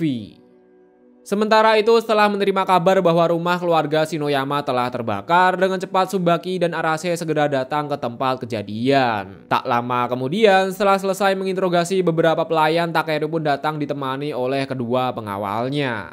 Dikala diinterogasi, Takeru berpura-pura dengan beranggapan bahwa vibrating bag yang membakar rumahnya itu adalah vibrating bag yang asli. Takeru juga menekankan bahwa vibrating bag adalah musuh bagi keluarga Shinoyama. Buktinya saja beberapa gedung milik grup Shinoyama telah hangus terbakar oleh kobaran api. Maka dengan terbunuhnya vibrating bag, Takeru menyimpulkan bahwa tidak akan ada lagi insiden kebakaran. Untuk menekan mental milik Tsubaki, di sini Takeru juga bilang bahwa dengan bebasnya Phantom Solitaire akan berdampak besar bagi saham Shinoyama. Jadi buat para polisi di kota Shinjuku, bekerjalah dengan benar dan tidak berbuat kesalahan lagi. Begitu proses interogasi selesai, sebenarnya Takeru bisa saja menyingkirkan Tsubaki dan juga Arase. Namun mengingat mereka juga sedang menyelidiki si Polka, mungkin saja identitas asli si Polka atau Dewa Mayat akan segera terungkap. Dikala perjalanan pulang, Arase bilang bahwa kedua pengawal milik Takeru memiliki aura yang sama persis seperti dirinya. Di mana aura itu hanya dimiliki oleh orang yang berprinsip bahwa segala sesuatu atau masalah itu dapat diselesaikan dengan cara kekerasan. Setelah menyelidiki lebih dalam, Tsubaki juga menyimpulkan bahwa semua insiden yang terjadi akhir-akhir ini berpusat pada Polka dan juga si Takeru. Atau dengan kata lain, kedua orang itu baik Polka dan Takeru memiliki keterlibatan dalam insiden yang terjadi.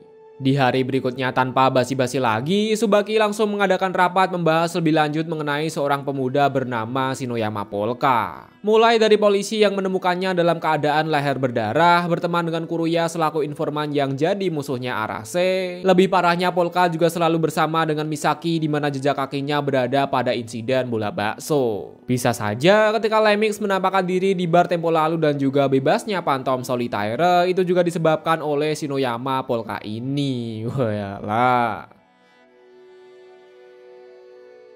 Terlepas dari itu, mengingat uang sudah habis, di sini Dewa Mayat dan kawan-kawan memutuskan untuk membuka toko peramal kembali. Namun tepat ketika ingin pergi ke tempat kerja, secara tiba-tiba Tsubaki dan Arase datang ke tempat Dewa Mayat berada. Bukan untuk mencari masalah, tapi Tsubaki ingin diramal langsung oleh Polka selaku si Dewa Mayat. Wayalah. Bang, udah bang. Sama seperti tujuannya bahwa kedatangan Tsubaki hanya sekedar untuk diramal saja. Begitu mendengar akan hal itu, dengan cepat Dewa Mayat meminta Misaki untuk membawa mereka berdua menuju ke ruangan sebelah. Tsubaki pun bilang bahwa dirinya ingin Polka atau Dewa Mayat meramalkan, lebih tepatnya memberikan sebuah petunjuk. Kemudian Dewa Mayat pun bilang jikalau mencari petunjuk tentang lokasi Phantom Solitaire itu nggak bisa.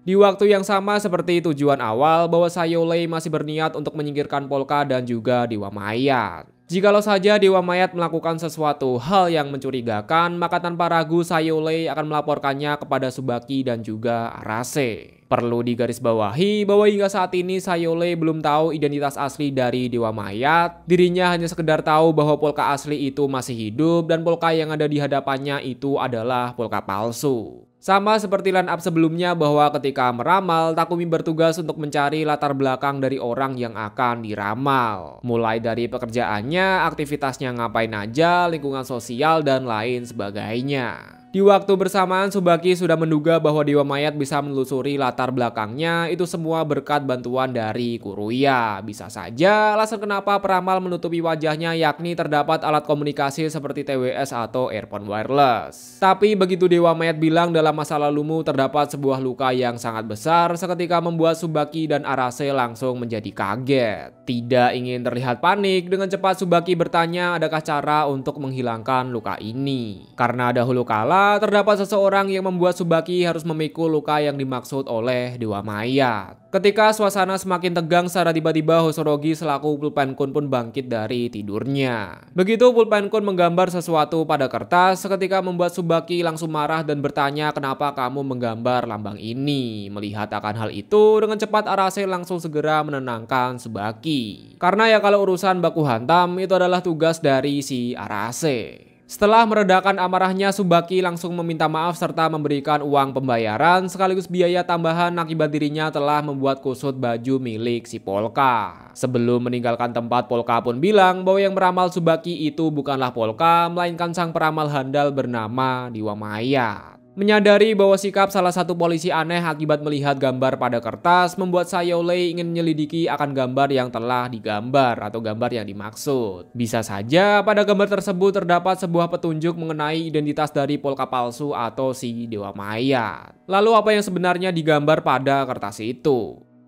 Beberapa tahun yang lalu terdapat seseorang misterius yang menjadi rekan kerja bagi Tsubaki. Seseorang misterius ini juga memberikan sebuah gambar yang terlihat seperti Las Plagas pada game Resident Evil 4. Namun setelah Tsubaki melihat lambang pada kertas, seseorang misterius langsung membakar kertas itu sembari berkata, jangan pernah lupa dan juga jangan sampai orang lain tahu atau melihat akan lambang ini. Bagaimanapun, lambang itu merupakan sebuah petunjuk tentang sesuatu yang sedang dicari, sekaligus jika berhasil menemukan itu maka sudah dipastikan mereka akan segera mati. Lalu sebenarnya lambang ini tuh artinya apaan? Secara mengejutkan lambang ini memiliki hubungan dengan sebuah kerajaan yang telah hancur, lebih tepatnya tempat di mana Dewa Mayat tinggal dulu. Lebih lengkapnya akan kalian temukan pada akhir pembahasan. Dikala pulang dan karena lapar, dua polisi kocak pun mampir ke warteg untuk mabar atau makan bersama. Merasa penasaran akan kejadian tadi pagi, Arase pun bertanya kepada Tsubaki tentang apa yang sebenarnya terjadi. Mengingat Tsubaki dikenal dengan sikap santai dan selalu tenang, tapi kali ini dirinya kok malah sampai terbawa oleh emosi. Biar tidak cerita dua kali, Tsubaki akan menceritakan semuanya ke Arase begitu mereka sampai ke tempat tujuan. Tempat tujuan yang dimaksud adalah bar milik si Clarissa.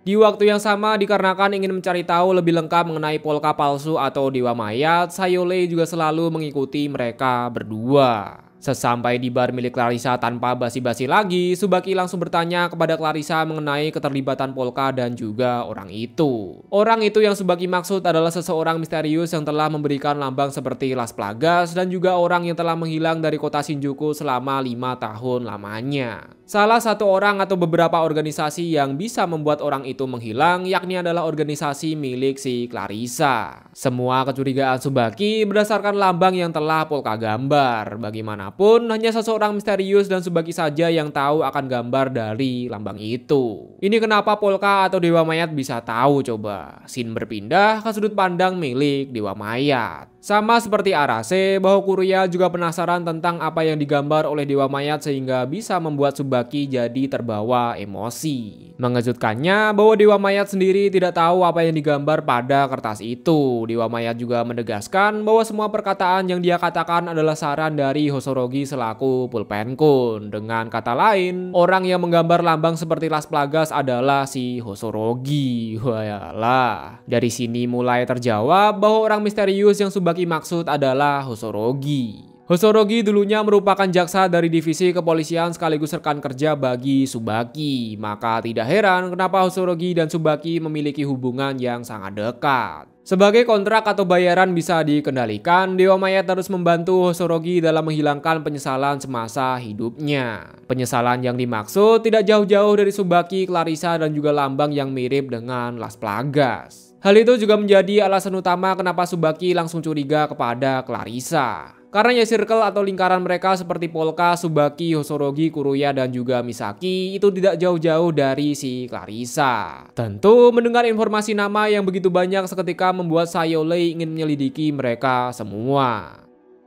Sedikit tambahan bahwa lambang Las Plagas merupakan kasus yang sangat berbahaya sampai-sampai membuat Hosorogi menyembunyikan diri selama 5 tahun lamanya. Dalam artian hingga saat ini Tsubaki percaya bahwa Hosorogi itu masih hidup. Sedangkan untuk Clarissa sudah sejak lama dirinya tahu bahwa Hosorogi itu telah meninggal dunia.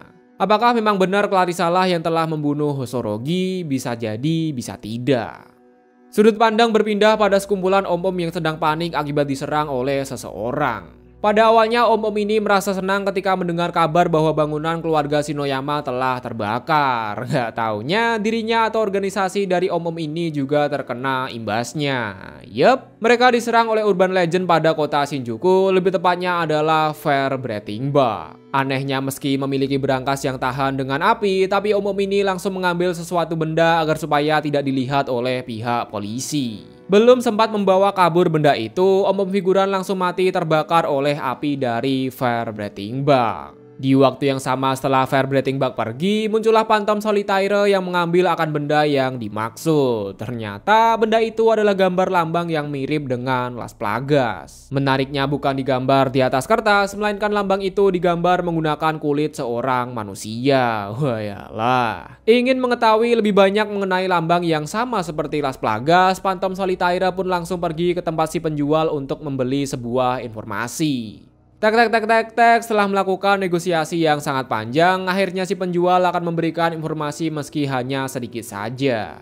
Pada dasarnya semua logo atau lambang yang ada di dunia adalah bentuk penyederhanaan dari sebuah benda. Beberapa contohnya adalah kartu remi, logo nafas kuda yang mengambil dari kuda, maupun logo di channel ini yang mengambil dari bentuk telur. Penyederhanaan bentuk itu juga berlaku pada lambang yang mirip dengan Las Plagas, di mana garis miring ini menggambarkan atau melambangkan dari sebuah pedang. Kebetulan kelompok ksatria kuno yang ada di Eropa Tengah dan Eropa Timur juga pernah menggunakan lencana yang mirip dengan Las Plagas. Itulah adalah sedikit bocoran informasi dari si penjual. Jikalau Phantom Solitaire ingin mendapatkan informasi yang lebih banyak, maka dirinya harus membayar menggunakan benda yang setara. Nah, mengingat 1 minggu sudah berlalu dan sama seperti yang dijanjikan oleh Phantom Solitaire bahwa setelah lewat 7 hari maka dirinya akan melancarkan aksinya kembali. Tidak disangka bahwa Phantom Solitaire menyebarkan lambang yang mirip dengan Las Plagas menggunakan kapal udara di sekitar kota Shinjuku. Begitu melihat lambang itu seketika membuat Dewa Mayat langsung ketar-ketir menjadi kaget. Kenapa? Karena lambang yang mirip dengan Las Plagas adalah lambang negara dari kekaisaran yang sudah hancur, lebih tepatnya sebuah negara tempat di mana Dewa Maya tinggal dulu. Jikalau memang lambang negara itu adalah tempat di mana Dewa Maya tinggal dulu, maka dapat disimpulkan Dewa Maya tidak bereinkarnasi ke isekai, melainkan bereinkarnasi jauh ke masa depan. Hal ini sekaligus menjadi jawaban kenapa hewan naga dan juga roh elemental memiliki bentuk yang sama atau sangat mirip, ya karena masih satu dunia. Jikalau memang benar seperti itu, maka kemungkinan besar pahlawan Surugua, gurunya Dewa Mayat, kerabat atau bahkan musuh dari Dewa Mayat di kehidupan sebelumnya juga masih hidup di masa yang sekarang. Wayalah. Cerita dimulai mengisahkan tentang masa lalu di mana sang guru menunjukkan lambang terbaru dari kerajaan Biandi. Tak lama setelah itu muncul seorang anak kecil yang bilang jikalau dirinya sudah naik tahta maka lambang itu akan resmi digunakan. Mengingat lambang yang dibuat oleh ayahnya itu terkesan terlalu simpel. Lambang yang dimaksud yakni adalah gambar yang mirip dengan Las Plaga. Sama seperti di episode sebelumnya bahwa Phantom Solitaire masih ingin mengetahui lebih lanjut mengenai lambang yang mirip dengan Las Plaga. Si penjual pun bilang bahwa khusus untuk Phantom Solitaire dirinya mematok harga sebanyak 3 triliun yen. Dari mana duitnya? Lalu kenapa si penjual mematok harga yang sangat mahal? Si penjual berspekulasi bahwa lambang ini akan menjadi obat untuk merancang masa depan cerah bagi Phantom Solitaire. Sebaliknya, jikalau Phantom Solitaire salah menggunakan maka akan menjadi racun yang bisa menghancurkannya. Dalam artian, bisa saja Phantom Solitaire akan terbunuh. Wayalah. Karena duit 3 triliun yen itu tidaklah sedikit, dirinya memutuskan untuk membatalkan transaksi mengenai informasi itu. Sebagai gantinya, dirinya ingin membeli balon udara beberapa biji banyaknya. Scene berpindah pada jaringan percakapan rahasia di mana para anggotanya sedang panik akibat telah terjadi kebocoran informasi. Informasi itu berisikan bahwa Fire Breathing Bug telah menyerang warga sipil negara Jepang. Untuk mengatasi akan hal itu, mereka semua sepakat untuk segera membunuh Phantom Solitaire. Jika tidak, maka kejadian 5 tahun yang lalu pasti akan terulang kembali. Kejadian apakah itu? Simak aja terus pokoknya ya. Di sisi lain pada kantor polisi, tentunya Tsubaki langsung kaget kenapa Phantom Pantom Solitaire juga tahu akan lambang itu. Sama seperti janjinya di tempo lalu bahwa Tsubaki akan menjelaskan semuanya kepada Arase. Begitu melihat kertas yang ditulis oleh Hosorogi selaku Pulpenkun, Arase menyadari bahwa lambang yang digambar oleh Pantom Solitaire terdapat sedikit perbedaan. Tsubaki berspekulasi bisa saja Pantom Solitaire mengikuti Tsubaki sewaktu pergi ke tempat Dewa Mayat, atau bisa saja terdapat penyusup pada kantor polisi. Tak lama setelah itu muncul nenek-nenek yang memberitahu Tsubaki bahwa dirinya dipanggil untuk menuju ke kantor polisi pusat. Kenapa? Karena kasus Pantom Solitaire adalah bagian tanggung jawab dari Tsubaki. Dikala para polisi dan detektif dikerahkan untuk mencari Pantom Solitaire, nggak tahunya dirinya sedang duduk santuy menaiki sebuah kapal udara. Secara mengejutkan, terdapat 2 orang misterius yang menembak Pantom Solitaire menggunakan sniper. Sayang bahwa yang mereka tembak hanyalah boneka atau tubuh palsu saja. Menyadari akan tembakan itu, Pantom Solitaire langsung mengadakan siaran dan bilang akibat dirinya menyebarkan lambang sudah terdapat sebuah organisasi yang mencoba untuk membunuhnya. Dalam artian, lambang yang mirip dengan Las Plaga itu benar-benar sangat berbahaya. Untuk itu, Pantom Solitaire mengadakan sayembara barang siapa yang bisa menemukan maksud dari lambang itu, maka dirinya akan memberikan hadiah sebesar 300 juta yen. Di sisi lain, akibat Dewa Mayat bilang bahwa lambang itu adalah kerajaan Byandi selaku tempat tinggal sebelum bereinkarnasi, membuat Sayo pun penasaran akan maksud dari perkataan itu. Tidak ada pilihan lain, Dewa Mayat pun mulai menceritakan tentang kebenaran yang sebenar-benarnya. Mulai dari identitas aslinya, Polka asli masih hidup, hingga kekuatannya dalam mengendalikan para arwah. Mengejutkannya, Sayo juga langsung percaya begitu mendengar akan hal itu. Sayo juga berjanji bahwa dirinya tidak akan memberitahu ke orang lain termasuk ke Sayole selaku pengawalnya sendiri. Untuk menenangkan pikirannya, Sayo memutuskan untuk mandi membawa boneka hiu yang tak lain dan tak bukan terdapat jiwa milik Polka asli. Yalah. Sebenarnya Dewa Mayat bisa saja menghapus ingatan milik Sayo menggunakan kekuatan Necromancer, tapi ketika dirinya melakukan akan hal itu, sudah dipastikan tubuh manusia akan mengalami kecacatan sama seperti insiden pada bola bakso. Dikala Sayo mandi sembari membawa boneka hiu, tak lama kemudian Misaki juga join ke dalam kamar mandi. Tujuan Misaki datang kemari yakni untuk memberitahu Sayo bahwa dirinya lah yang telah membunuh si Polka asli. Secara singkat mendengar akan hal itu, Sayo pun sadar bahwa Misaki hanya ingin seseorang menyalahkan dirinya. Mengingat ketika terbunuh Polka asli juga langsung memaafkan perbuatan dari Misaki. Sama seperti Polka, bahwa Sayo juga langsung memaafkan si Misaki. Bagaimanapun orang yang suka dengan hiu itu sudah dipastikan adalah orang baik. Setidaknya itu yang Sayo pikirkan. Begitu selesai mandi, Kuruya juga menjelaskan bahwa boneka hiu yang dibawa itu terdapat jiwa milik Polka asli. Dalam artian, Polka asli telah melihat Sayo dan Misaki tanpa menggunakan penutup sedikit pun. Mengejutkannya bukannya malu, justru Sayo ingin meminjamkan tubuhnya ke Polka asli sementara dirinya ingin masuk ke dalam boneka hiu. Rada aneh emang.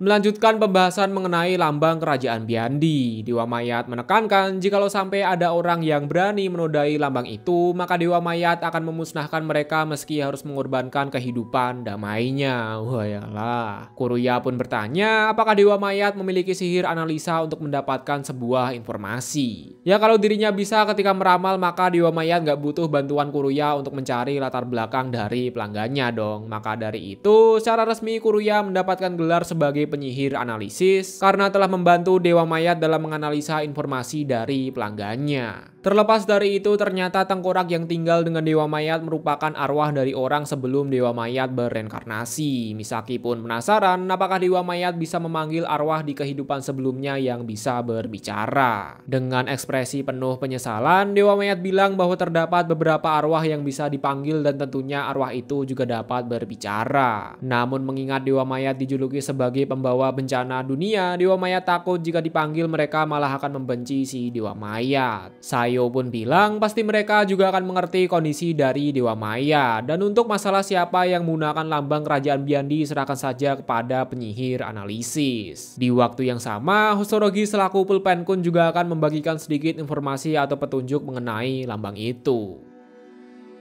Scene berpindah ketika Subaki sampai ke kantor pusat dan bertemu dengan kepala kepolisian. Di awal pertemuan, kepala polisi meminta Subaki untuk menjadi penggerak roda organisasi. Tidak diketahui organisasi yang dimaksud itu apa, tapi selama tidak ada batu yang mengganggu organisasi, maka Subaki akan menerimanya. Kepala kepolisian pun bertanya, apakah batu yang dimaksud adalah Hosorogi? Bukan, batu yang dimaksud adalah tikus yang bersembunyi di gedung ini, menandakan bahwa terdapat penyusup pada kantor polisi. Setelah ngobrol-ngobrol sebentar, kepala kepolisian memberitahu tujuan yang sebenarnya. Tujuan itu yakni menyuruh Subaki untuk memimpin sebuah tim khusus yang berfokus pada Phantom Solitaire. Dan dengan senang hati, Subaki pun langsung menerima akan tawaran itu. Scene berpindah kepada Phantom Solitaire yang bertanya kepada seseorang misterius mengenai kabar terbaru dari pihak kepolisian. Kemudian seseorang misterius pun bilang bahwa terdapat beberapa orang yang mencoba untuk meretas server pihak kepolisian. Dan ketika dilacak, salah satu peretas itu berada di kota Shinjuku, lebih tepatnya tempat di mana Dewa Mayat berada. Phantom Solitaire memanggil seseorang misterius dengan sebutan nenek, dan si nenek juga memanggil Phantom Solitaire dengan sebutan Tuan Muda. Berbicara mengenai nenek, apakah sebenarnya nenek yang bekerja di kantor polisi adalah seorang penyusup?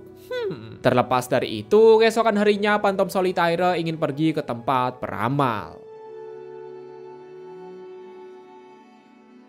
Di sisi lain, sama seperti perintah kepala polisi pusat, Subaki menjadi pemimpin divisi khusus yang berfokus pada Phantom Solitaire. Satu hal yang Subaki yakini bahwa untuk menemukan Phantom Solitaire cukup menyelidiki lambang yang mirip dengan Las Plaga. Bagaimanapun, Phantom Solitaire itu hanya terpaku pada satu hal, maka ketika menyelidiki lambang itu di saat bersamaan mereka juga akan menemukan Phantom Solitaire. Di saat rapat selesai, dikala gabut, Arase dan Subaki minum kopi terlebih dahulu. Subaki bilang ke Arase untuk kasus kali ini sebaiknya jangan terlalu gegabah, mengingat saat ini mereka tidak mengetahui musuh yang sebenarnya itu siapa. Bisa saja musuh mereka yang sebenarnya itu justru berada pada pihak polisi. Melihat Arase dan Subaki yang sedang ngopi santuy, terdapat dua NPC polisi yang segera menegurnya. Kedua polisi ini tidak suka dengan mereka karena jabatannya jauh lebih rendah dari Subaki. Bahkan salah satu dari mereka ada yang mendorong Subaki ke jendela akibat merasa emosi. Tidak tinggal diam, melihat atasannya diperlakukan seperti itu, Arase segera melakukan balas dendam. Untungnya saja Subaki segera menghentikan si Arase. Tak lama setelah itu datang lagi dua polisi yang datang menghampiri Arase dan juga Subaki. Dengan sikap tenang, polisi berambut putih berhasil mengkilir tangan dari NPC polisi tanpa mereka sadari. Yang kemudian, polisi berambut putih juga mengembalikan tangan itu sama seperti semula. Dia adalah Tozawa Danzo dan Ranmaru Yatsu selaku teman dari Subaki. Setelah semua anggota terkumpul, Subaki langsung pergi bersama divisi unit 3 sembari bilang meski hanya sebatas spekulasi, tapi semua kejadian ini berhubungan dengan Lemmings, Firebreathing Bug, dan pembuat masalah lainnya. Dalam artian, mereka semua berputar pada titik yang sama dan berkaitan satu sama lain. Spekulasi Subaki adalah benar karena mereka semua terpusat pada Polka, lebih tepatnya adalah Dewa Maya.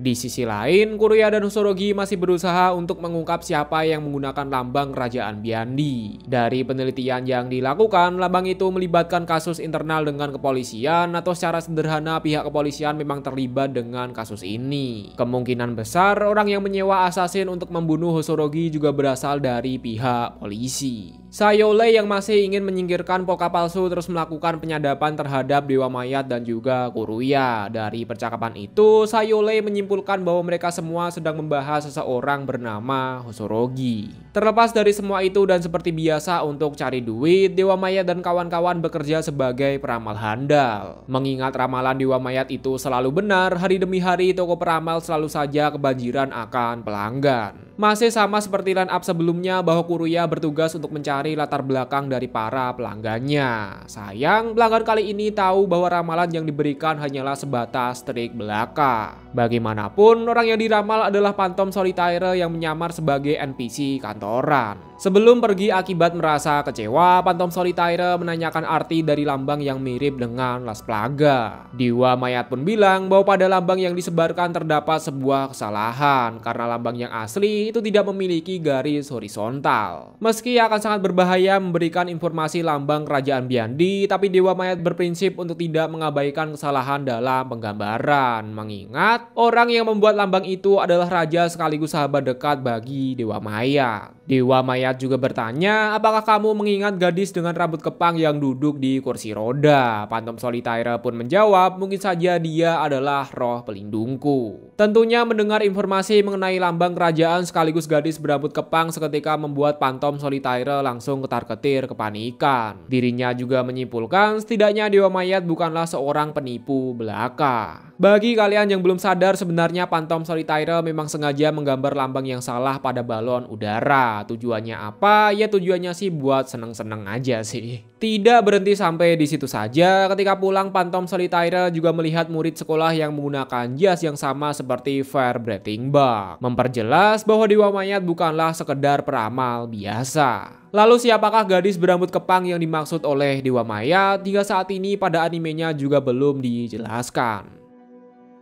Melanjutkan penelitiannya, Sayolei berusaha mencari informasi lebih lanjut mengenai Hosorogi. Sayang, meski menggunakan jaringan rahasia keluarga Lei, dirinya sama sekali tidak menemukan apapun mengenai Hosorogi. Di saat bersamaan, Sayolei mendengarkan langkah kaki yang berasal dari atap bangunan. Ketika disamperin, ternyata orang itu adalah Pantom Solitaire. Pantom Solitaire yang juga menyadari hawa keberadaan langsung menyuruh Dewa Mayat untuk segera keluar. Gak taunya yang ada di hadapan Pantom Solitaire adalah Sayolei. Tanpa berlama-lama lagi, Sayolei langsung menyerang Pantom Solitaire untuk mendapatkan informasi. Bahkan Sayolei juga menggunakan kekuatan sejati dari Cyborg atau tubuh robotnya. Sementara itu, Dewa Mayat yang sedang tertidur memimpikan tentang kehidupan sebelumnya, di mana pada mimpi itu terlihat lambang kerajaan Biyandi yang sedang terbakar oleh kobaran api. Parahnya, hampir seluruh pasukan telah dibawa oleh naga sadis sama seperti yang disinggung pada pembahasan sebelumnya. Sang guru pun bilang dengan hancurnya kerajaan maka sudah saatnya kita terbebas dari belenggu kerajaan. Dalam artian Dewa Mayat, sang guru dan kawan-kawan dapat menjalani hidup secara bebas. Sang guru juga sudah meminta Romelka selaku penyihir pohon untuk menyelamatkan beberapa orang dekat dan kerabat dari Dewa Mayat. Meski dapat menjalani hidup secara bebas, Dewa Mayat menyesal karena tidak bisa menerapkan ajaran yang telah diberikan oleh gurunya. Bagaimanapun, Dewa Mayat telah gagal dalam melindungi keluarga kecilnya. Parahnya, di saat bersamaan Dewa Mayat juga telah menjadi musuh bagi dunia. Dikala Dewa Mayat sangat depresi, terdapat seseorang yang berkata,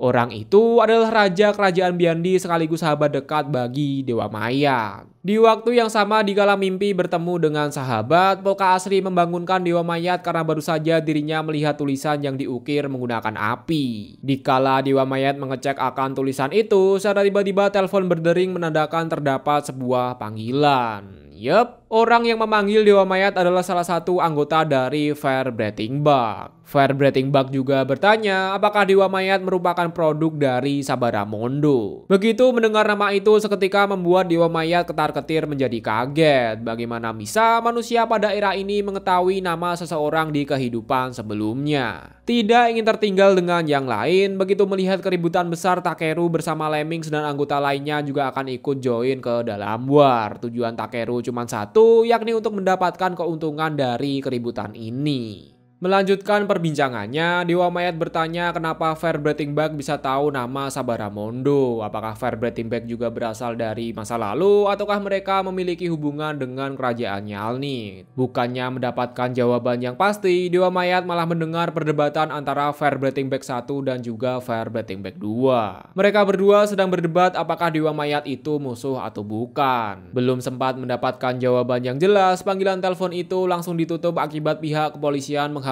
Fairbreathing Bug 2. Di sisi lain atau di atap gedung telah terjadi pertempuran sengit antara Phantom Solitaire melawan Sayolei. Meski terlihat tenang ketika bertarung, tapi pada kenyataannya Phantom Solitaire ketar-ketir ketakutan melihat kemampuan dari Sayolei. Untuk mengkorek informasi, Sayolei bertanya apakah kedatangan Phantom Solitaire untuk mencari seseorang yang bernama Hosorogi. Kemudian dirinya menjawab bahwa memang benar kedatangannya yakni untuk berterima kasih kepada Hosorogi. Namun pada kenyataannya perkataan dari Phantom Solitaire tak lebih dari sebuah kebohongan. Lalu kenapa Phantom Solitaire itu berbohong? Ya apalagi kalau bukan untuk mengalihkan perhatian dan melarikan diri dari Sayolei. Masih melanjutkan omong kosongnya, jikalau Sayolei tidak segera pergi dari sini maka akan terdapat sesuatu yang bisa mengejutkannya. Merasa tertarik akan hal itu, Sayolei memutuskan untuk tetap menyerang Phantom Solitaire. Namun di saat bersamaan dari atas langit datanglah Lemmings yang ikut join ke dalam war.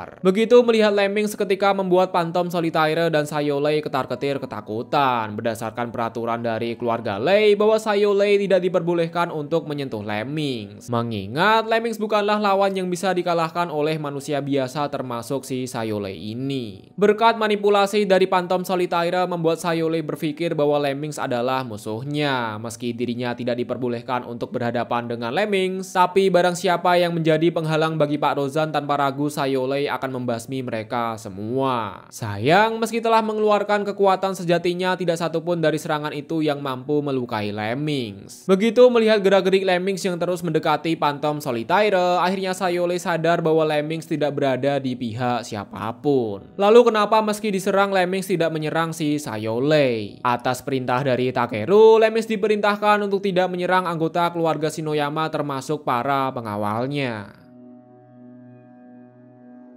Di sisi lain, menyadari bahwa informasi di dunia sebelumnya telah tersebar di era sekarang membuat Dewa Mayat penasaran kenapa kok bisa seperti itu. Prinsip Dewa Mayat hanyalah satu, barang siapa yang berani menodai lambang kerajaan Biyandi, maka sudah dipastikan Dewa Mayat akan memusnahkan mereka semua. Wayalah. Shin berpindah memperlihatkan gurunya Dewa Mayat yang bernama Islis. Sudah beberapa jam lamanya Islis memandang laut sembari memikirkan sesuatu. Romelka yang sadar akan hal itu langsung bilang bahwa Islis pasti memikirkan muridnya yang bernama Dewa Mayat. Bagaimanapun, Dewa Mayat merupakan salah satu dari 10 penyihir terkuat yang ada pada kerajaan Biyandi. Meski memiliki kekuatan di luar nalar, tapi Romelka bilang bahwa Dewa Mayat adalah orang yang sangat baik. Begitu mendengar kata orang yang sangat baik, dengan cepat sang guru langsung menyangkal akan pernyataan itu. Memang benar, Dewa Mayat bersikap sangat baik untuk orang-orang yang dia kenal saja. Tapi jikalau ada orang yang berani menghina atau mencelakai orang yang dia kenal, maka tanpa ragu Dewa Mayat akan membasmi mereka semua. Tidak peduli meski itu harus menghancurkan satu kerajaan.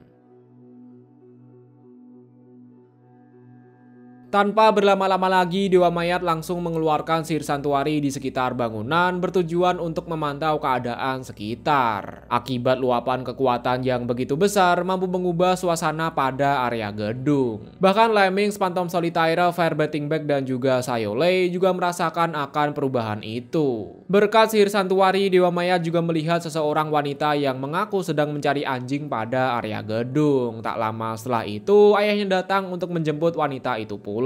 Menyadari bahwa di gedung itu tidak ada hewan anjing, Dewa Mayat berspekulasi bahwa mereka berdua terlibat dengan semua ini. Untuk mendapatkan informasi yang jauh lebih banyak lagi, menggunakan kekuatan Necromancer, Dewa Mayat langsung memperluas sihir santuari. Seketika mengubah suhu, suasana, dan udara pada kota Shinjuku. Sihir santuari sendiri adalah sihir area suci di mana mengisolasi area dengan luapan sihir. Ketika sihir santuari diaktifkan, maka akan tercipta suasana menyeramkan seperti ketika sedang berada di tengah hutan, atau bisa juga suasana hening seperti berada di kuil atau tempat suci. Terlepas dari semua itu, demi mendapatkan informasi yang lebih banyak, Dewa Mayat akan mengkorek informasi dari Lemmings, Phantom Solitaire, bahkan dari Fire Bathing Bag. Di sisi lain atau di atap gedung, Sayolei merasakan suasana di sekitar bagaikan tenggelam di dasar lautan yang paling dalam. Tidak ingin terlibat lebih jauh lagi, Phantom Solitaire memutuskan untuk segera pergi dari sini. Namun ketika dirinya ingin mengalihkan perhatian, secara tiba-tiba kartu yang dilempar ke arah Lemmings langsung hancur bagaikan diremas oleh sebuah tangan. Phantom Solitaire pun bertanya, siapa yang rusak kartuku ayo?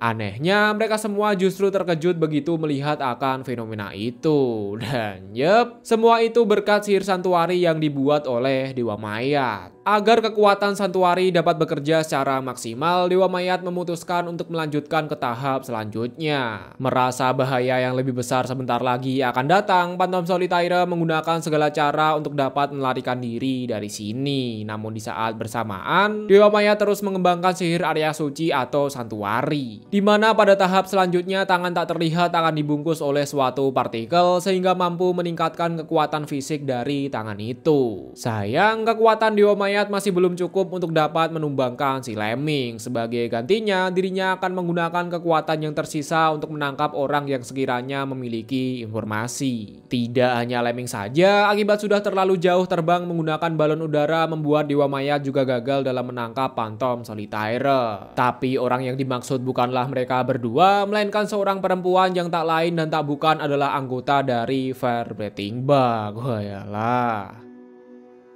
Tentunya akibat mengeluarkan sihir skala besar membuat orang-orang juga menyadari akan kekuatan itu. Bahkan salah satu anak buah dari Takeru juga melihat tangan tak terlihat yang dikeluarkan oleh Dewa Mayat. Setelah menyusun berbagai macam informasi layaknya puzzle membuat Tsubaki semakin yakin bahwa semua fenomena atau bencana yang terjadi berpusat kepada seseorang bernama Polka, lebih tepatnya peramal handal bernama Dewa Mayat. Mulai dari penampakan tengkorak pada insiden kebakaran, insiden bola bakso, Lemming, alasan keluarnya Phantom Solitaire, dan juga munculnya anggota Fire Breathing Bug. Scene berpindah menampilkan percakapan rahasia di mana mereka sedang berdebat dan berdiskusi tentang apa yang sedang terjadi. Melihat sihir milik Dewa Mayat, mereka semua sadar bahwa sihir itu merupakan kekuatan dari zaman kuno, lebih tepatnya sihir terlarang dari seorang necromancer atau penyihir roh. Mereka juga menekankan bahwa sihir itu merupakan kekuatan seni dari leluhur yang belum mereka kuasai. Maka dari itu, mereka semua sepakat untuk mencari Dewa Mayat tidak peduli bagaimanapun cara yang digunakan.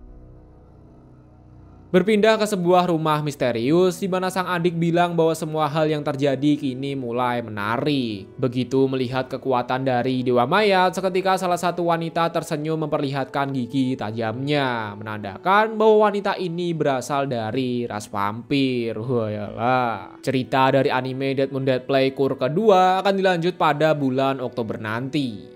Terdapat banyak sekali karakter yang di-reveal pada episode terakhir ya. Mulai dari Fire Breathing Bug 2, gurunya Dewa Mayat yang bernama Islis, penyihir pohon bernama Romelka, keberadaan ras naga ternyata juga masih ada, dan juga keluarga misterius di mana kemungkinan besar mereka adalah ras vampir. Bisa saja pada era sekarang terdapat seseorang atau penyihir yang berasal dari masa lalu. Wayalah mulu.